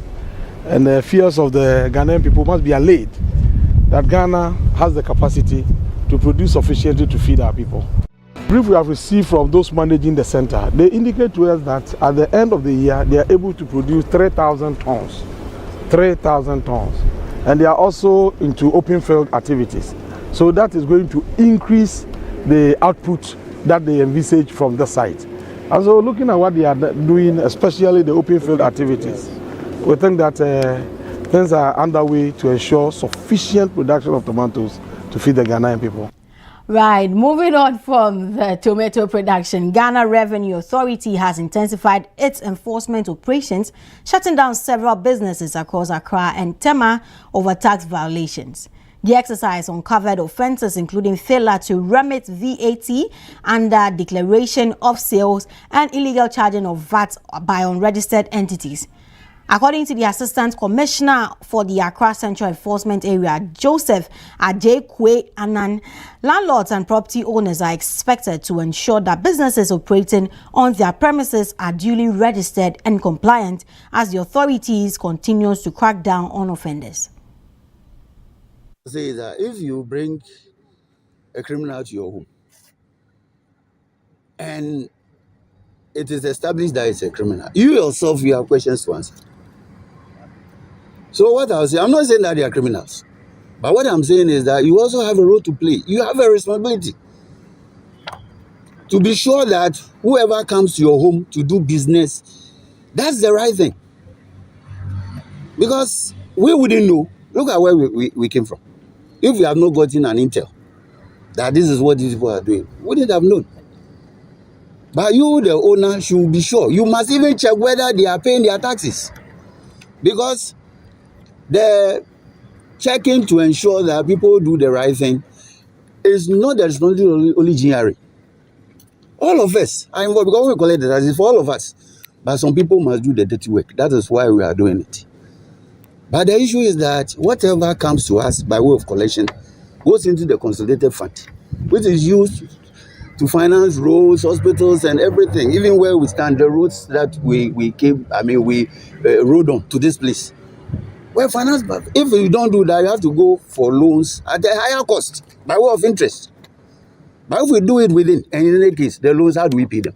It's still the taxes. So why don't you collect it now? Forget about the loans. And then use these taxes to develop this country.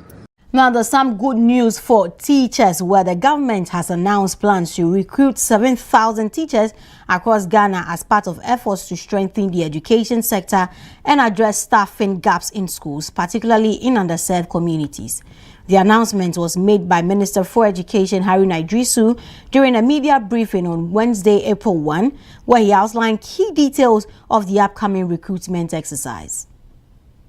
Announce that the Ministry of Education has received clearance and approval from the Ministry of Finance for the recruitment of teachers across the country. We will be recruiting at least 7,000 teachers. 7,000 teachers across the country. We want the process to be open, transparent, and competitive. Therefore, graduates from the 2023, 2024, 2025 cohort may apply for placement to be teachers across the country. Priority will be given to those who are ready and willing to serve in those deprived and served areas like Sambuli in the northern region or Dambai in the Oti region and other areas that we have noted there are significant gaps and deficits in the availability of teachers. I am also happy. Still on education, the minister further announced a major change to the school placement process where candidates of the Basic Education Certificate Examination BECE now expected to select their preferred senior high schools only after the release of their results.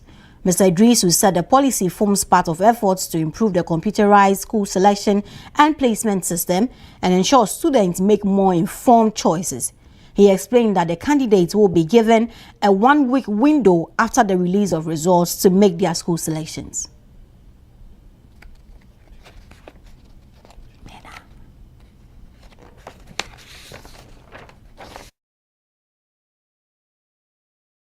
The Minister for Roads and Highways, Governs Kwame Agbuja, has inspected key road projects under the government's Big Push initiative aimed at accelerating infrastructure development and improving road connectivity across the country.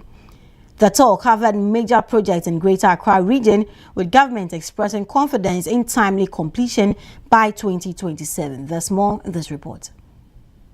Roads and Highways, Kwame Agbuja has inspected selected key road projects under the government's Big Push initiative aimed at accelerating infrastructure development and improving road connectivity across the country. The minister was accompanied by the Deputy Roads Minister, as well as engineers and officials from the Ministry of Roads and Highways and the Ghana Highway Authority. The inspection covered key projects including the Tetekwashi interchange to Tema motorway expansion, the Tema runabout to Central University Road, the Dowenya to Afinya to Dodowa stretch, and the Adenta to Dodowa Road. Addressing the media, the minister expressed satisfaction with progress and reiterated government's commitment to promoting local contractors. We do this simply because we want to tell you a story that is changing, the Ghanaian story. The Ghanaian contractor, the Ghanaian road contractor is an excellent contractor. The Ghanaian road contractor can match any contractor from anywhere in the world, especially when we are using our own money. The president would always prioritize the Ghanaian contractor. There's nothing we've seen today on this road that cannot be done by a Ghanaian, and indeed they are doing it. At the Tema motorway expansion project, he expressed confidence in its timely completion, indicating that government has met its financial obligations to ensure steady progress. He further revealed that the ministry is close to selecting a concessionaire for the implementation of an electronic road tolling system. So the good thing is that the public is very much aware and is happy for the reintroduction of the e-tolling. We're going to make it as fair as possible and as easy as possible to pay. And we would encourage everybody that that money is not going to be set aside to be used to do any other thing apart from further investment on roads, especially maintenance and other things. Because in the past, you need to physically build structures within some of the corridors. Make sure that there's easy synergy between what you are doing and what will come by a third party a concessionaire on the motorway, because we are almost close to selecting a concessionaire, and that will start interfacing with you to make sure that it goes seamlessly. So I think it's very important for you to take that into consideration. The inspection forms part of government's broader efforts under the Big Push initiative to fast-track road infrastructure development, improve connectivity, and drive economic growth, with all projects expected to be completed by 2027. Reporting for WoezorTV, Galenda Anankwanza. Time now for some international news.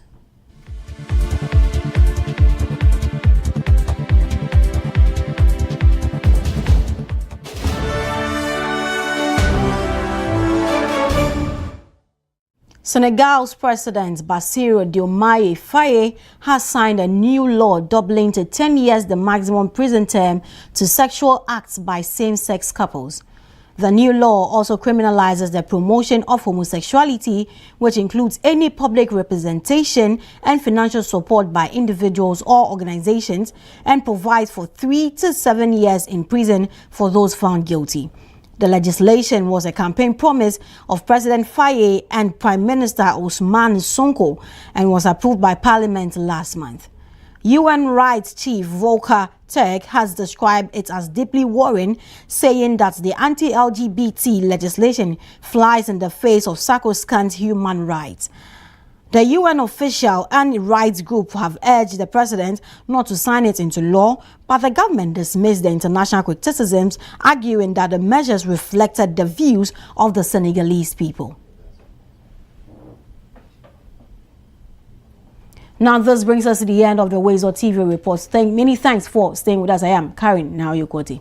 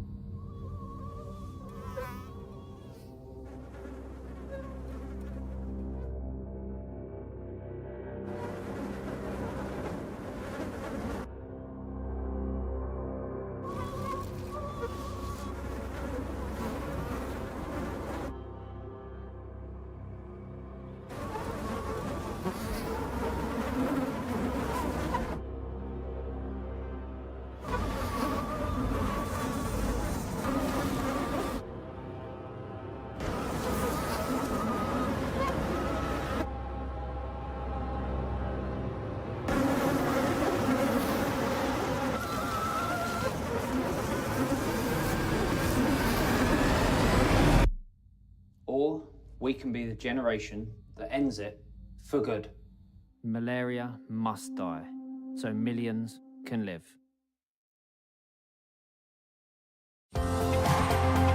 Do you want a sugar-free, freshly squeezed fruit juice? Choose Greenline fruit juice and smoothies. Filled with vitamin C, calcium, iron, fiber, and zinc, every drop of Greenline juice and smoothies is naturally made to give you energy, good health, and refreshment.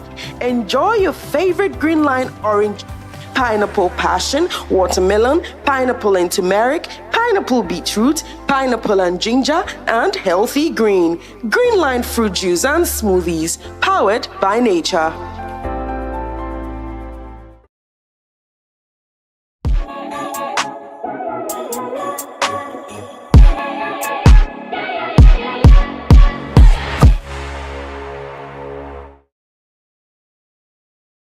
Good morning and welcome for the sports update on the Breakfast Cafe. My name is Godfrey Amoafo. Let's start from the camp of Woho United. They've announced their decision to withdraw from the Ghana Premier League. Now remember that the team is serving 3-match ban, which of course they are not supposed to play at their home grounds. And so according to them, in a statement shared on the club's Facebook page yesterday, the club said the board of Woho United Football Club, after an emergency meeting, has arrived at a difficult decision to withdraw the club from the ongoing 2025-2026 Ghana Premier League.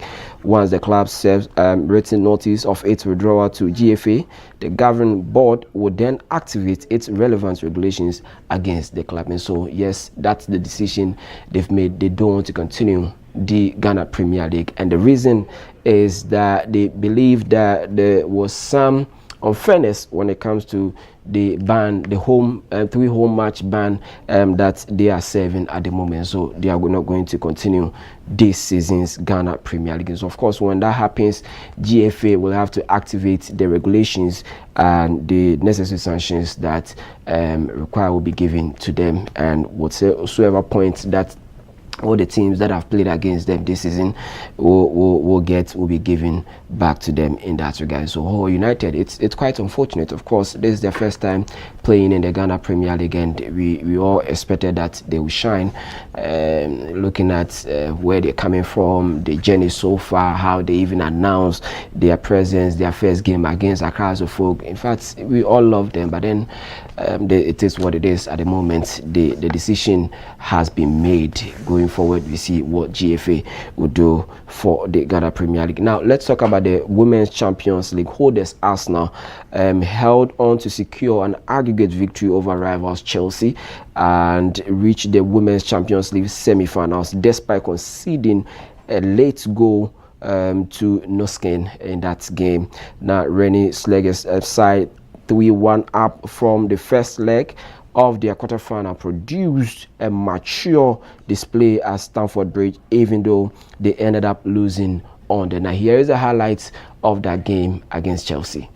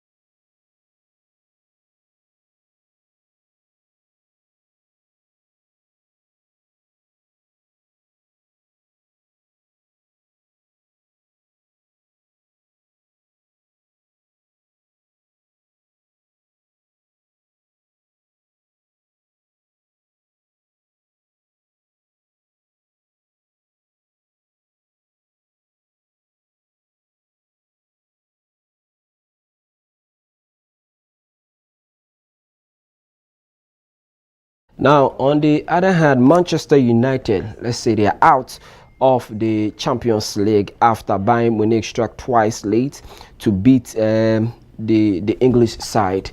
In fact, remember the first leg ended 3-2 in favor of Bayern Munich. Even though they played away from home, they beat Manchester United. This is the first time they are also playing in that competition, and it didn't end well. They couldn't progress to the semi-finals. Here's the highlights of that game.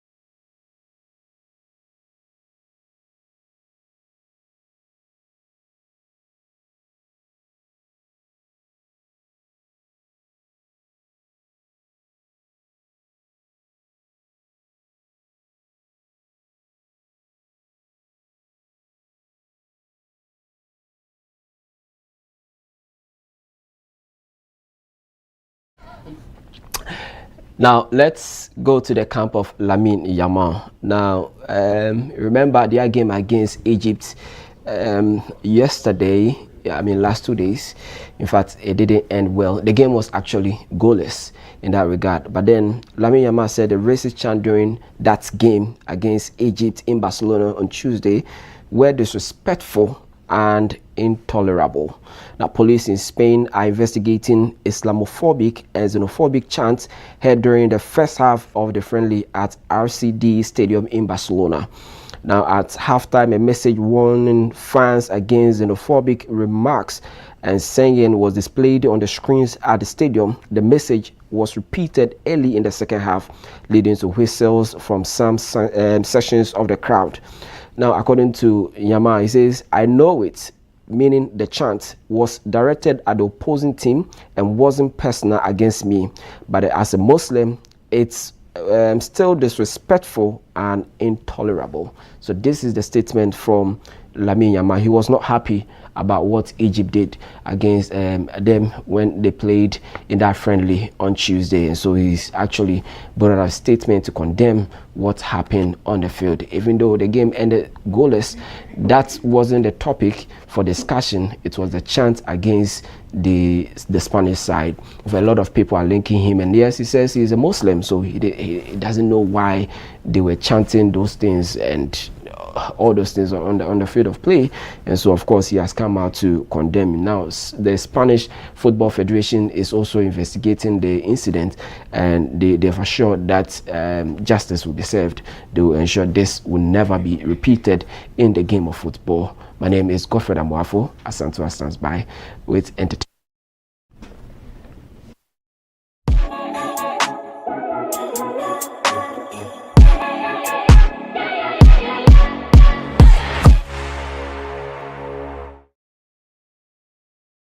When nations rise, it begins with bold conversations. When economies grow, it is driven by partnership.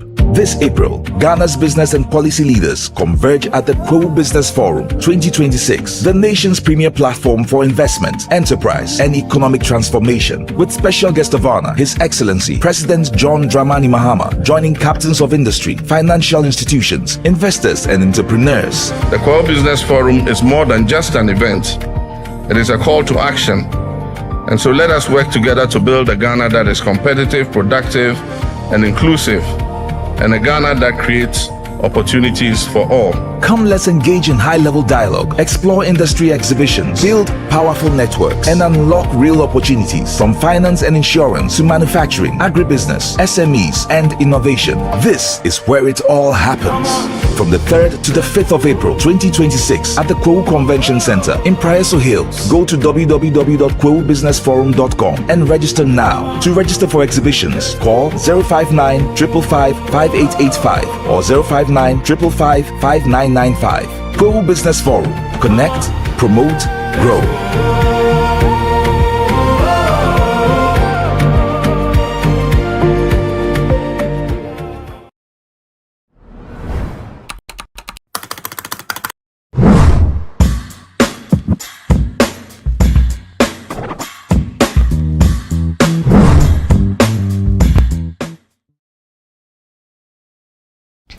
Good morning, welcome back from the quick break. This is still the WoezorTV Breakfast Cafe. I am Evergreen Asantua. Welcome to the entertainment update. This morning, our very own favorite singer Brandy has been, inducted into the Hollywood Hall or Walk of Fame. And also, we're still talking about the Telecel Ghana Music Awards. And Ochiame Kwame is turning 50, and he is celebrating it big this year. So let me give you details on that.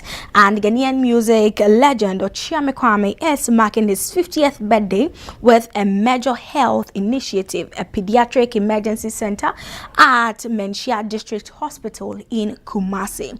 Now, the project aims to improve emergency care for children and reflect his commitment to impact beyond music. To support the initiative, he will host a fundraising concert on April 18th, 2026 at the Plus 233 Jazz Bar and Grill, featuring acts including Kwame Eugene Kidi and Miss G. And proceeds from the event will go directly into the project. Wow. This is 1998. I can't believe I'm turning 50. When I look back, all that I can remember is all I've been given. Life, friendships, family, and dedicated fans. And I still have a seat in a beautiful industry, enjoying the opportunity I've been given to serve Ghana. I'm made in Ghana. But check this out. Channel 1 TV says they want to celebrate me. They say I'm a good example. Is it true? For my 50th birthday, I'm going to build a pediatric emergency center at Menchia Hospital. That is why all these young and vibrant celebrities are coming out to Plus 233 on the 18th of April to come so that we throw this amazing white party together to raise money for that hospital. Kwame Yuji, Kidi, Kimpaluta, Amrado, Miss V, Sister Fia, a free year, Kwabna, Talent, Abiana, Akwabwa, Abochi, Brothers, Raskuku, Adina, and another friend of mine, Andy Dusty on the 1 and 2s. He is not young. 9 p.m. till you are tired of listening to great music. I know that Channel 1 wishes that they could bring all of this excitement for free, but because we are trying to build a pediatric emergency center at Menchia, please be happy to pay $1,500 for BB. So a happy birthday in advance to our favorite Ochiame Kwame. 50 looks good on him. Let me put it that way. He's still energetic and he's still doing what he loves to do. So please, friends, family and loved ones, we should all rally behind him to achieve this milestone. But on the 18th of April too, you have to do well to attend this event at the Plus 233 Jazz Bar and Grill so that he will be able to raise the funds. That is very, very important. Now, stepping into the Telesal Ghana Music Awards conversation, gospel singer Empress Gifty has also stirred conversations around the TGMA 2026 after hinting at consent over the nominations process. Now, in a video shared on Instagram, she said she has more to say, but is choosing silence to avoid backlash. Now, her comment comes as a top artists like Stonebwoy, Sarkodie and Black Sherif dominate this year's nominations, reigniting debate about fairness and transparency. And if you didn't know, there's a whole controversy around the Gospel Artist of the Year and who should have been there, who should have been here, and who shouldn't have been. You know, the award schemes are always like that, in my opinion, but some, of course, need to fight for fairness. And sometimes too, that's what makes the game interesting. That's what makes it nice. But it looks like the gospel musicians, because we use, in fact, let me say it's Yaminti, you see, in our Kan dialect or language, because Yaminti, they don't want to, you know. And just like in this video that we are talking about, it looks like Empress is also using the Yaminti factor, or, you know, for the sake of God. It is ministry, it is God, you know. Yeah. And they will say they don't care about these awards, or they don't really, it's not really, you know, a thing. But sometimes it is actually important, one way or the other. I mean, competition is good. Healthy competitions. That's the underlined word. But these are some of the things happening behind the scenes that maybe you might not have seen or heard. Now, let's move away from that. And also a Ghanaian photographer, which is Twins Domberg, were also in the news yesterday, and this time around they are talking about AI in photography, and they say that artificial intelligence cannot replace professional photographers despite its growing influence. Now, they said this in an interview with Ghana Web, and also that is the latest update with the Twins, and I see what they are doing recently, and they're also trying so hard to put Ghana on the map. So a huge congratulations also on that. I love how they go about these photography, and they are blogging too as well. They are always on the move, and that is how we like it in the town. Absolutely. Now, some international news or stories, and American singer and actress Brandy Norwood has also received a star on the Hollywood Walk of Fame. Now, she was awarded the 2,839th star. Yes, in the recording category during a ceremony on March 30th, 2026 in Los Angeles. Now, tributes from figures like Babyface and Issa Rae highlighted her influence. And in her speech, Brandy reflected on her journey, describing the honor as a symbol of both her achievement and resilience. And there's a beautiful video on this one. To welcome the 2,839th star to the Hollywood Walk of Fame, Brandy! You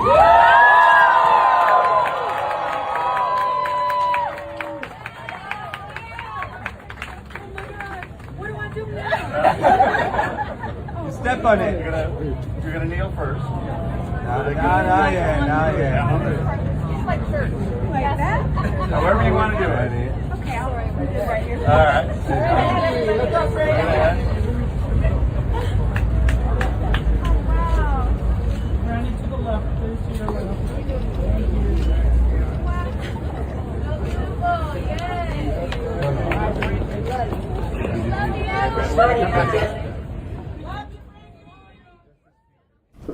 So a huge congratulations going out to Brandy on this one.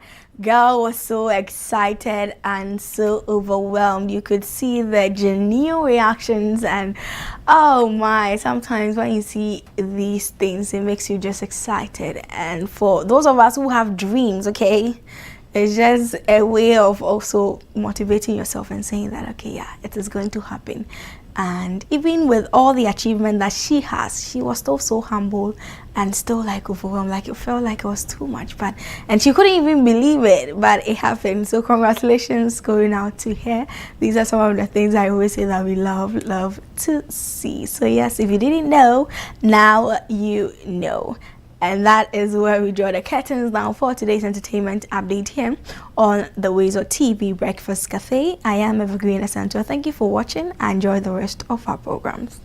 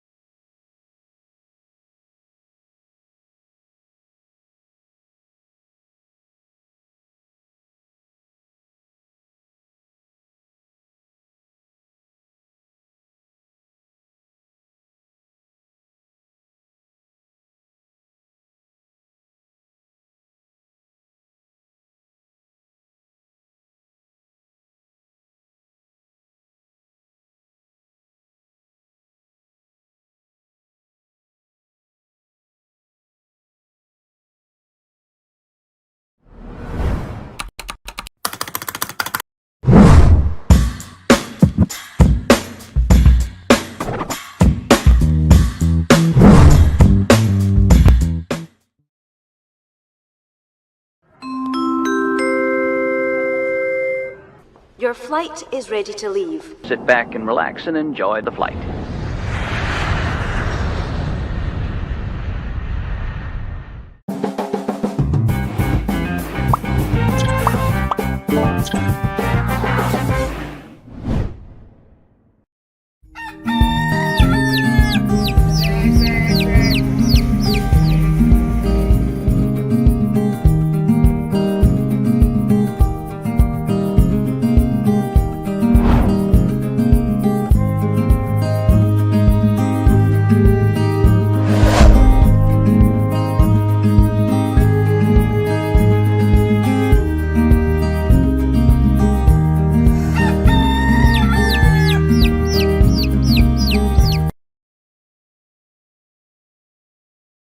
Africa stands at a defining moment in its journey.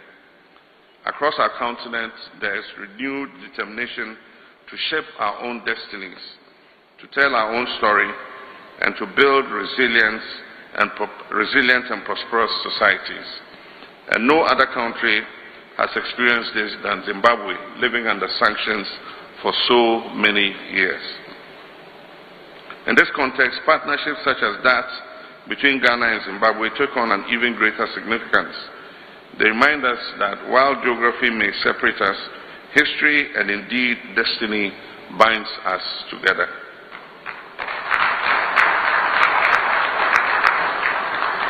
As we strengthen our bilateral relations, we remain equally mindful of our collective responsibilities within Africa and the wider global community. The African Continental Free Trade Area presents us with a historic opportunity to deepen intra-African trade, build resilient value chains, and unlock the full economic potentials of our continent. At the same time, we must continue to speak with a united voice on global issues, whether in advocating for reforms in international financial institutions, or promoting fairer global governance systems, or pursuing justice through reparative frameworks for historical injustices that have been perpetrated. Africa stands at a defining moment in its journey. With us here on WoezorTV. Remember, this is the WoezorTV Breakfast Cafe. Let's delve into the first conversation here. It has to do with the visit of the President of Zimbabwe. As you may be aware by now, he touched down yesterday. Quite a number of things piled up for the two presidents to have as far as engagement is concerned. We also understand that later this morning at 10:30 there will be that particular bilateral meeting. But of course, what does this really mean? What's the significance of this visit by His Excellency Emerson Mnangagwa to Ghana? What are the vital trade partnership Ghana has had with Zimbabwe over the years, and how do they strengthen these particular ties as well? Let's get to speak to our senior reporter, Eric Ahianyo. He's joined us via phone as well to give us more oversight of what we need to know as far as this visit is concerned. Mr. Ahianyo, good morning. Yeah, good morning, Randy. I guess everything is fine back at the studio in Accra. Yes, everything is fine here. And how about you? Oh, fine. Very breezy here on the Equiapim ranges, Pediase to be specific, where a bilateral meeting between Ghana and Zimbabwe will take place this morning. Okay. Now, run us through. We already know that the president of Zimbabwe landed in Ghana yesterday. Run us through the significance of this particular visit. So Ghana and Zimbabwe have been friends for years, dating back to 1960s or maybe earlier before then. We heard our former president, Osajifo Dr. Kwame Nkrumah, had very good relations with Robert Mugabe, the liberation movement, some few years after we gained our independence in 1957. And through the struggle by these Zimbabweans and eventually gaining independence in the late 80s. Now, what you must know is significant about this is that Zimbabwe has had its own checkered history, its checkered development as far as the country's building initiatives are concerned.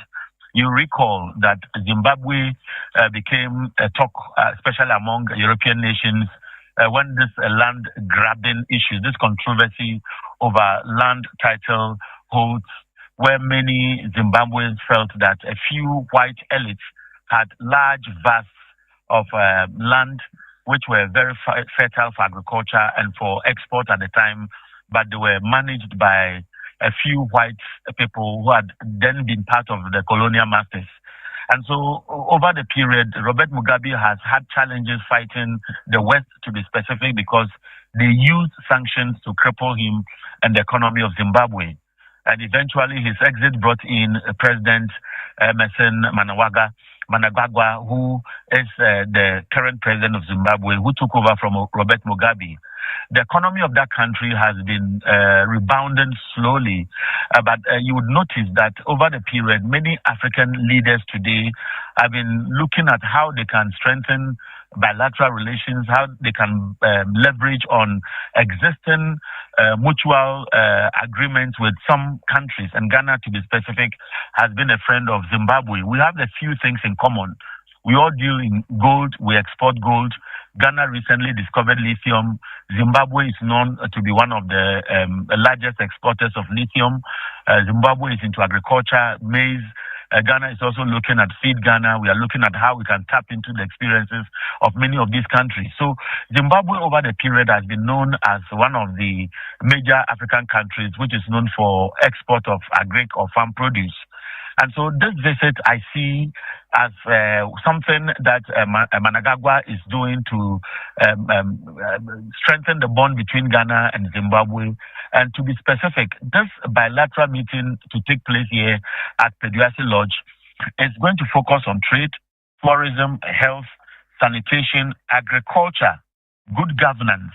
And sanitation comes to play because all of us know that environment and sanitation issues have been difficult managerial issues involving many African nations. So today we understand that he will be visiting the Accra compost and recycling plant at Ajin Kotoku, which is owned by Jospon Group of companies.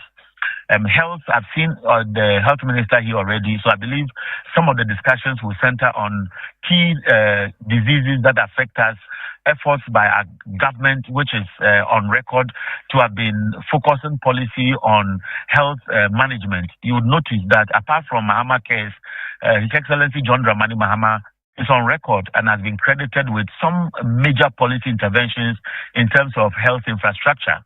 Next week, or I think next 2 weeks, he's going to launch the free medical healthcare program, which is designed to give a complementary support to the National Health Insurance scheme and so on. And so I see this visit as strategic because His Excellency John Dramani Mahama, who has been speaking to the Accra Reset Initiative, has been speaking to many other things across several major platforms on the international level, has been talking about Africa's sovereignty, has been talking about leveraging on the Africa Continental Free Trade Area. And so I believe that all these engagements will benefit Zimbabwe too, and Ghana to be specific, because if you listen to the president's presentation yesterday at Kempinski when he hosted the visiting Zimbabwean president to a state banquet, he also made specific reference to things that Ghana is looking up to. So I see it as mutually beneficial, going to bond the relations between the two countries, and going to reposition us to see how best we can leverage on our resources and many things that move with us as a people. Thank you, Eric. But before I let you go, I mean, we know the bilateral meeting will commence in some hours, I mean, an hour and a half time, because according to the schedule, it's supposed to start around 10:30. But if you can run us through, I mean, let's just know, what are some of the key things possibly to be discussed on the table? I mean, I've paraphrased it in the preamble to your first question, but let me put it this way. Yeah, I'm just asking for you to rehash. I'm just asking for you to rehash that point for us. Yes, I will. So I can tell you that everything is set. Some of the Zimbabwean officials have come in. I've seen some ministers of state who will be part of this bilateral meeting arriving here. So to be specific, the focus will be on trade. It will be on tourism. Don't forget that Zimbabwe and many of these East African countries have a lot of interest in promoting tourism, which adds a lot to their GDP. And so Ghana has a lot to learn here. Health, I spoke about sanitation, agriculture, and good governance. Of course, these areas should be of interest to anybody. Good governance relates to saving the public purse, relates to fighting corruption, relates to applying resources efficiently to create job opportunities for the youth. And so these are where most of the officials will center their conversations on. The 5 areas where we know bilateral agreements will be signed are not out yet, but I believe that in the next few minutes, when His Excellency, the President, and his counterpart begin arriving, we'll be live from the Pediatric Lodge here, and you can have the appreciation of the footages, and of course, by which time we should have additional information to share. Eric, thank you. I think we will leave it here. Most definitely, we'll come back to you when the program is about to commence. Thank you. Very well. So there you heard Eric Ahianyo. He's a presidential aide officer of the president, speaking to us on the visit by the president of Zimbabwe. I mean, basically to talk about trade, as Eric mentioned, tourism, agric, and what have you. And that's the way to go on that particular one. So we just pray that something comes out of this that will benefit the entire populace as far as this ties between Ghana and Zimbabwe is concerned. Eric mentioned that, look, it traces back all the way to the era of Dr. Kwame Nkrumah and also the former president of Zimbabwe. I mean, the long-lasting president of Zimbabwe as well. So it's been a very long journey for these two countries. Let's see how it pans out in the coming hours as well. We'll take a short break. When we return, we have an interesting conversation, right? We are in the Easter celebration mood. Of course, today is Holy Thursday, as the Christians would say. Let's get to speak about this Easter celebration. What does it mean to the modern day Christian? What does the various days mean to us as well? What do we have to do to mark this particular day? Is it time for us to do jamboree? Is it time for us to just sit back and reflect upon our lives? Is it time for people to repent? Keyword. Let's take a break. There is more.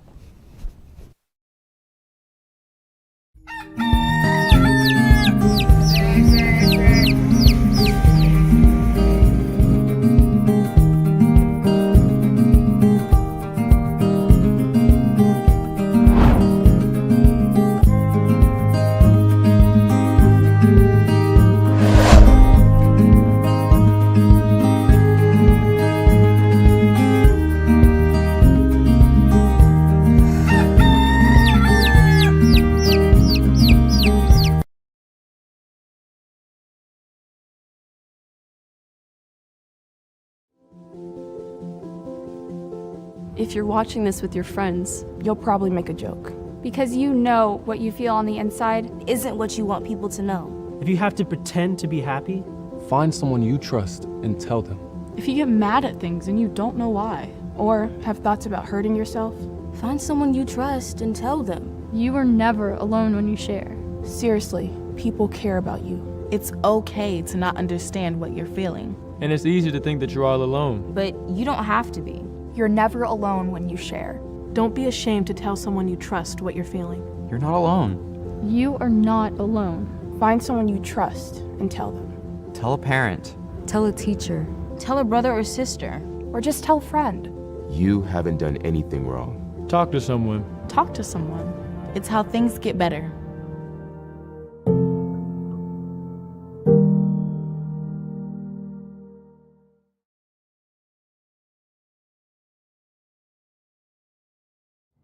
Embarrassed. Too embarrassed to speak to a loved one. Too embarrassed to speak to your doctor. Too embarrassed. When in our lifetime, 1 in 4 black men will be diagnosed with prostate cancer. 1 in 12 black men will die from prostate cancer. Let me repeat that. 1 in 4 black men will be diagnosed with prostate cancer. 1 in 12 black men will die from prostate cancer disease. 1 in 12. That could be your dad, even your older brother, uncle, or grandfather. You need to make sure they are not embarrassed to speak to you or their doctor about it. Hey, Dad, have you had your prostate checked out? See, How hard is that? It's easy. Just start the conversation. Prostate cancer is survivable if caught and treated early enough.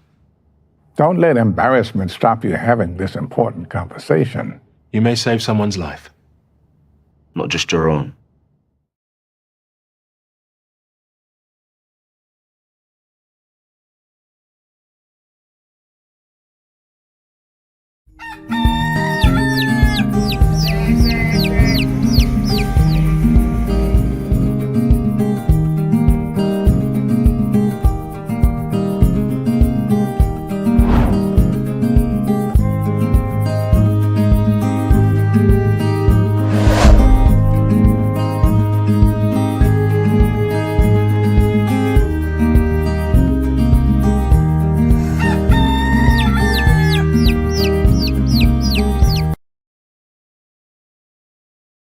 Welcome back to the WoezorTV Breakfast Cafe, and as Randy intimated earlier, we are going to have a conversation on Easter, its significance to us, everybody, as Christians, as individuals. What does this season mean? What does this season call for? Do we have to go out chilling, or we have to be sober and be in a reflective mood? What does Easter mean?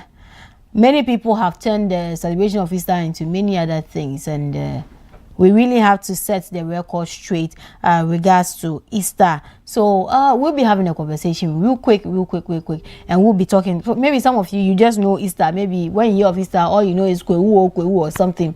Today we are going to give you a proper breakdown and analysis of Easter here. I think Rev will be joining us in a jiffy, and then we'll have the conversation with him. But yeah, when we talk about Easter, we all know that it talks about the death, burial, and resurrection of Jesus Christ. Starting from today, Holy Thursday, through to Good Friday, to the Saturday, Resurrection Sunday, Emmaus Monday, and all. So Reverend Kojo Kwashi will be joining us over call this morning. He is the head pastor of the Porter's Hand Assemblies of God Church in Ho. And so, good morning, Rev. Good morning, Evergreen. No, this is Karen, actually, not Evergreen. Good morning, Rev. Good morning, Evergreen. Yes, sir. Please, let's get into the conversation real quick. When we talk about Easter, to the layperson who do not know anything about Easter, what is Easter about? Hello? Yes, can you hear me? Evergreen, can you hear me? Yes, please. This is not Evergreen. This is Karen. Hello? Hello. I think we'd have to... Yes, Osofo. Osofo, this is Karen, not Evergreen. Okay, looks like we've lost with them. Yeah.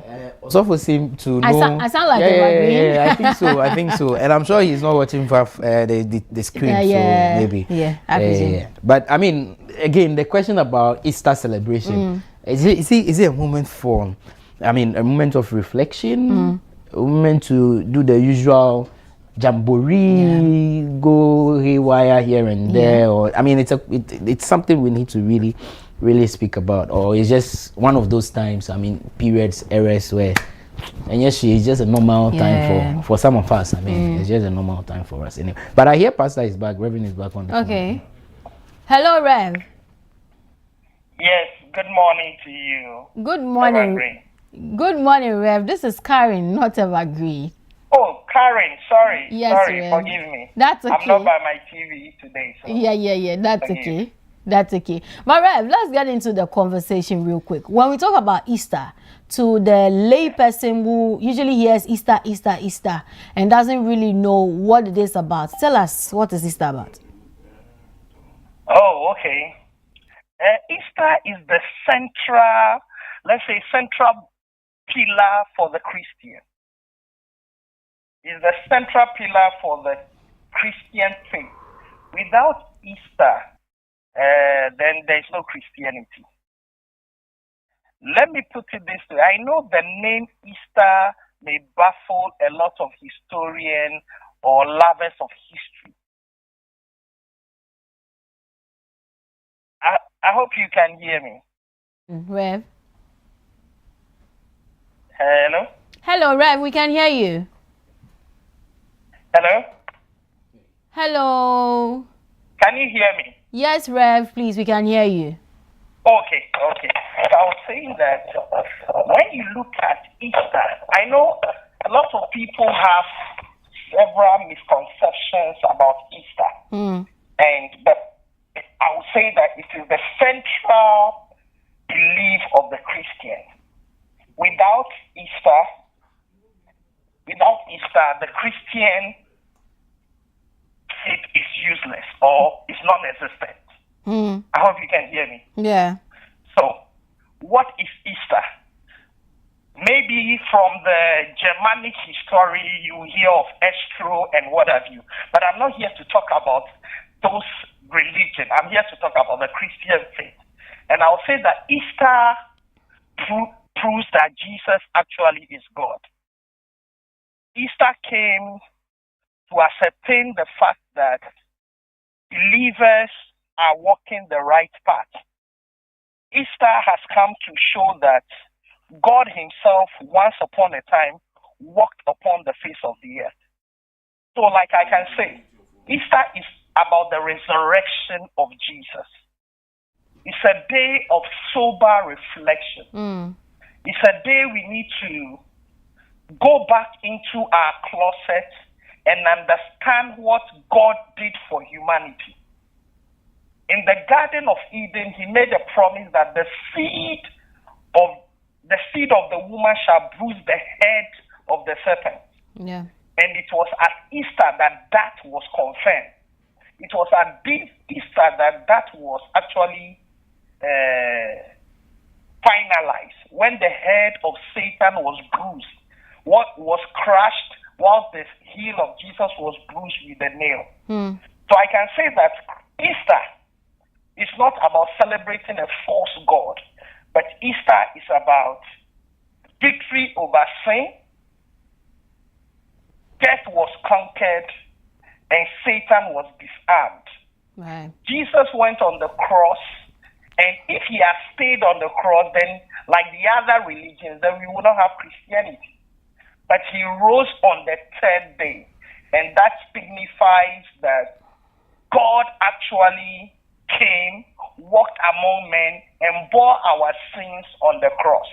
So long and short of it is that Easter is the pillar of Christian faith, or the Christian faith. So the over 2.3 billion people who are professing Christians, today we celebrate that once upon a time, God walked upon the face of the earth, died for humanity, resurrected, and from there he will come again. This promise is to let me know that even if I die today, I will resurrect one day. It tells me that as a believer, I have a firm foundation that even after death of the body, there will be a new body that will be given to me, because Jesus went into the grave and on the third day he resurrected again. Right. So Easter is a celebration for Christians to remind us of who we are. So we need to go into sober reflection, understand why he came to die, and therefore we have conquered sin, we have conquered grave, and we have conquered death. Right. Thank you so much, Reverend Kojo. But again, getting into this Easter festivities, what do you have to tell everyone, Christians, non-believers, and everyone who wants to partake in these festivities? Simply, I will quote what Paul quoted in Ephesians chapter 1, verse 19 and 20. He said, "The exceeding greatness of his power, which he worked in Christ, that Christ has risen." Beloved, Christ rose. He had victory for us. He won us the victory. It's not theoretical, it was practical. It's experiential. Christian life is not about human effort. It's about the resurrection power of our Lord and Savior Jesus Christ. So what I can say is that you have an assurance of salvation. Anyone who follows Jesus will resurrect one day, because he came to model the way of life of Christians. And if you follow Christ, you will never perish. I will say that for God so loved the world that he gave his only begotten Son, that whosoever believe in him will not perish but have everlasting life. And that is fulfilled in this season of Easter, that we will celebrate and say, indeed, God walked among men. Right. Indeed, God walked among them. But again, Rev, last final one before you go. In this season of Easter, many people have turned it into another thing altogether, into jamming, into going haywire here and there, you know, a lot of exuberance of energy. Instead of being the reflective, sober mood we should be in as we, reminisce on the death and resurrection of Jesus Christ. What do you have to tell these people? Okay, Karen, I can only say that, you see, before even we recognizing it under Emperor Constantine, when Easter was promulgated by the Council of Nicaea, I can say that it was a celebration of fertility. It was more of a fertility celebration. So people go on nude march, walk naked and drink and live a reckless life. So you will expect that from someone who is not a Christian. You remember that we have about 8 billion people in this world. Only 2.3 are Christians. So what about the 5.8 billion people who are non-Christians? They will have to use Easter to have fanfare and make merry. But I speak to only Christians that, listen, this is a time for sober reflection. This is a time for you to understand the purpose of your salvation. Is your salvation really assured through Christ, or you are just living anyhow? Are you a nominal Christian? Are you someone who is a Christian by name? Anyone who will be making merry at this time, anyone who will be celebrating, having sex and having orgies, is certainly not a Christian. He is an unbeliever. Only Christians are allowed to have that sober reflection. Only Christians are allowed to have that mind to think about what Jesus came to do on the cross and rose on the third day from the grave. And an empty grave is there to prove that he rose. So I can only speak to Christians and say, hey, let's have that sober reflection. We have an assurance of salvation. Let's look up to Jesus, the author and finisher of our faith. And whatever be your problem, I can assure you that if even in this life it is not solved, we are promised a millennial reign where you and I will reign with Christ. So wait, is it better to live 120 years in suffering and live forever in enjoyment, or you prefer living this fickle happiness which will end but in a flick of time and suffer for over 1,000 years? The choice is yours. I choose to remain, to have an allegiance to Jesus, and therefore I'll stay sober. As we speak, I'm in a very reflective mood. I have left home, I've left the office, I am in the bush somewhere to reflect on what Christ has done for me. So therefore I believe that every believer should go out there and reflect on what Christ came to do for them. Okay, Rev, thank you so much for your time this morning on the WoezorTV Breakfast Cafe. Right, so viewers, that was Reverend Kojo Kwashi there on phone with us, walking us through the significance of Easter. He is the head pastor of the Potter's Hand Assemblies of God Church in Ho, and I believe he's done some justice to the whole subject of Easter for us. It is a season for reflection. It is a season to be sober. Reflect. That's it. Be very be in the mood of Easter. Some people, Randy, in some instances when things happen, they tell you read the room. Yeah. They tell you read the room, you understand? Yeah. So somebody is dead. We are trying to reminisce on the death and its whole significance to mankind. And you are wearing white. Charlie. Yeah. The white there will put it down. I wanted to Sunday. wear white today, but no. I said today, dear, you can wear red. Yeah. Tomorrow you wear black. Saturday, wear black and white. What do we wear? What should we wear? Red. Like the one at your back, that color. Cool. But today is Holy Thursday. Yes. Was today? The keys happened today. Tonight. Tonight. It will go down. So who did the kiss? Judas or Peter? Brother Judas. Judas. Oh, Brother Peter, he went to cut ear. He doesn't have so time for kiss. Peter was the one who slashed the ear. Yeah. Who denied Jesus? Brother Peter. The same guy who was Friday so angry. Morning. No, you see, so Peter was filled by the devil to stop Jesus. Okay, he wanted to defend Jesus. Why taking my yes, master to my that's boss? my boss. So, yes. So he went to cut ear. Yeah. And see, the people too, they are very wicked people. Because tell me why Peter slashed the ear, no, Jesus put the ear back. He should have told you people something for you to leave the guy alone. But that's a powerful guy. They still came to do what they had to do, and they took the guy away. But you know, Jesus told Peter, I think before they went to the Mount of Transfiguration, that by the time the cock crows, you'd have denied me 3 times. Yeah, so it was written. Yes. No, so Jesus told him actually that you'd have denied me 3 times. Like, oh, Rabbi, where? How? Me? How? Me? Me than you. But you see, one girl, when you arrested, you said, one girl came and said, this one is part of Jesus. She said, me? No. Another person came, he said, this part of Jesus. People said, me? No. Another person came again, said, no. Then the cock crowed. That's why Peter remembered. Charlie, the shame. But you see, do you blame them? Bring it to the modern day life. How many people would want to go to prison? Oh, not going to prison. For offense they didn't commit. Maybe offense friends or a friend committed. Oh, they would have left them. I didn't believe they would have done anything to Peter. If he had. No, but they knew them.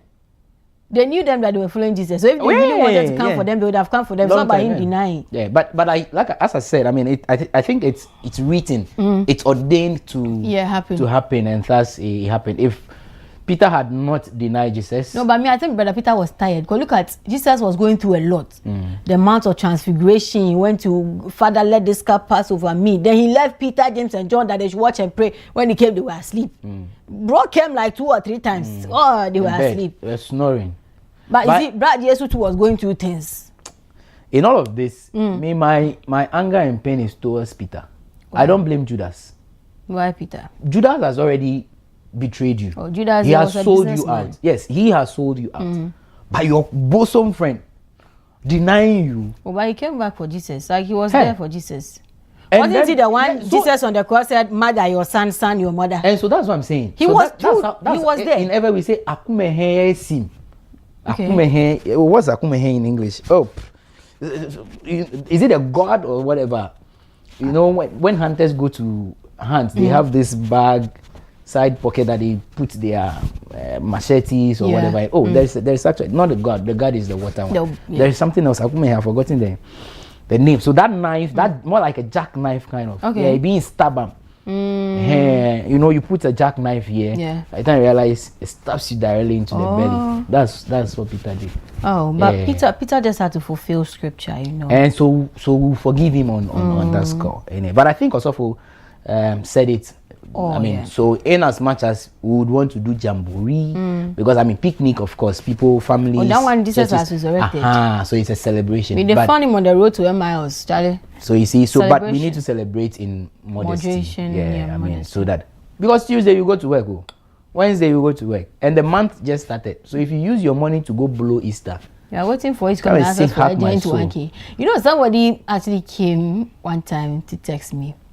So asked for agents. I was like, oh, I am not in that position to help. Then I posted a picture of a friend and I on a date. Then this guy comes comments under the post that I asked you for money. He told me you don't have. I think I saw something like that somewhere. Really? Like your own money. I don't have money to give to you. Doesn't mean I don't have money to go on a date to share. Be there. The days here. We will go. In fact, okay. Anyway. Some after the Easter, we'll see what we can do about it. But Randy, now before we go, right? So some messages from all the conversations that we've had earlier. This one says, I'm Deco from Ashoman Estate. Right. Solar maintenance is more expensive than electricity. Every solar comes with battery and the battery has a lifespan. That ought to be replaced after every expiry. Electricity is way cheaper than solar. Oh, okay. So these are the kind of comments we want to read so that we know that of course the solar might be considered later, so it's expensive with solar. That's what Amdeco is saying. Amdeco, thank you so much for a message. This one says, good morning, my name is Nancy from Community 18. My humble question is, why is ECG not able to replace street lights often when we are charged a percentage in every purchase of prepaid. And secondly, there is little or no road markings. Hence, without these two causes a lot of accidents on our roads. I agree with you, Nancy. Yeah, I agree with you. Good morning, Mr. Randy. I'm Lord from Japan. Nice idea, but it will be better if you present it as a petition or concern, if that's the right way to use, to the presidency or energy ministry for it to take effect, and keep knocking at their door until they implement it. Thank you. I like the private institution idea. All right, thank you so much. And I think, yes, so this is one way of drawing the attention of the authorities to it. Like you said, if it becomes necessary to send in a petition, why not? I mean, media coalition against illegal mining, we had it some time ago, so we can still have it. Harry Bachman is watching. He says, good morning, team. Please ask Karen for me what she makes of Jesus telling him not to follow him, but to go look for their father. I joined a conversation not too long ago. Did you get that? Go and look for their father. Yes, let me take that again. He says, ask Karen for me what she makes of Jesus telling them not to follow him, but to go look for their father. Yeah. Well, maybe we'll talk about that off air, because time is far spent already, and we'd have to wrap up on the conversation. But before we go, it's Easter. I'm inviting you and the entire team and our viewers to the grand coronation of our chief. It's been so long. Yes, we've been without a chief. Oh, okay. Yes, and you know, without a chief, the community doesn't really see. It's either it's a stagnated development or no development at all. Very true. So getting a new chief now would help ameliorate some of these challenges in the community. So I'm inviting you and every other person watching to Logbatuta. Right. From Accra to Logbatuta is a maximum of 4 hours. Okay. When you get to Alakpeti, then you turn right. Start climbing. So the climbing should take you less than 15 minutes if you're driving. Okay. Come and experience, should I say, history on Saturday as we, install a new chief, Unansa. So we say Unansa instead of Togbi. In Never they say Togbi. So Anansa or Unansa is Togbi.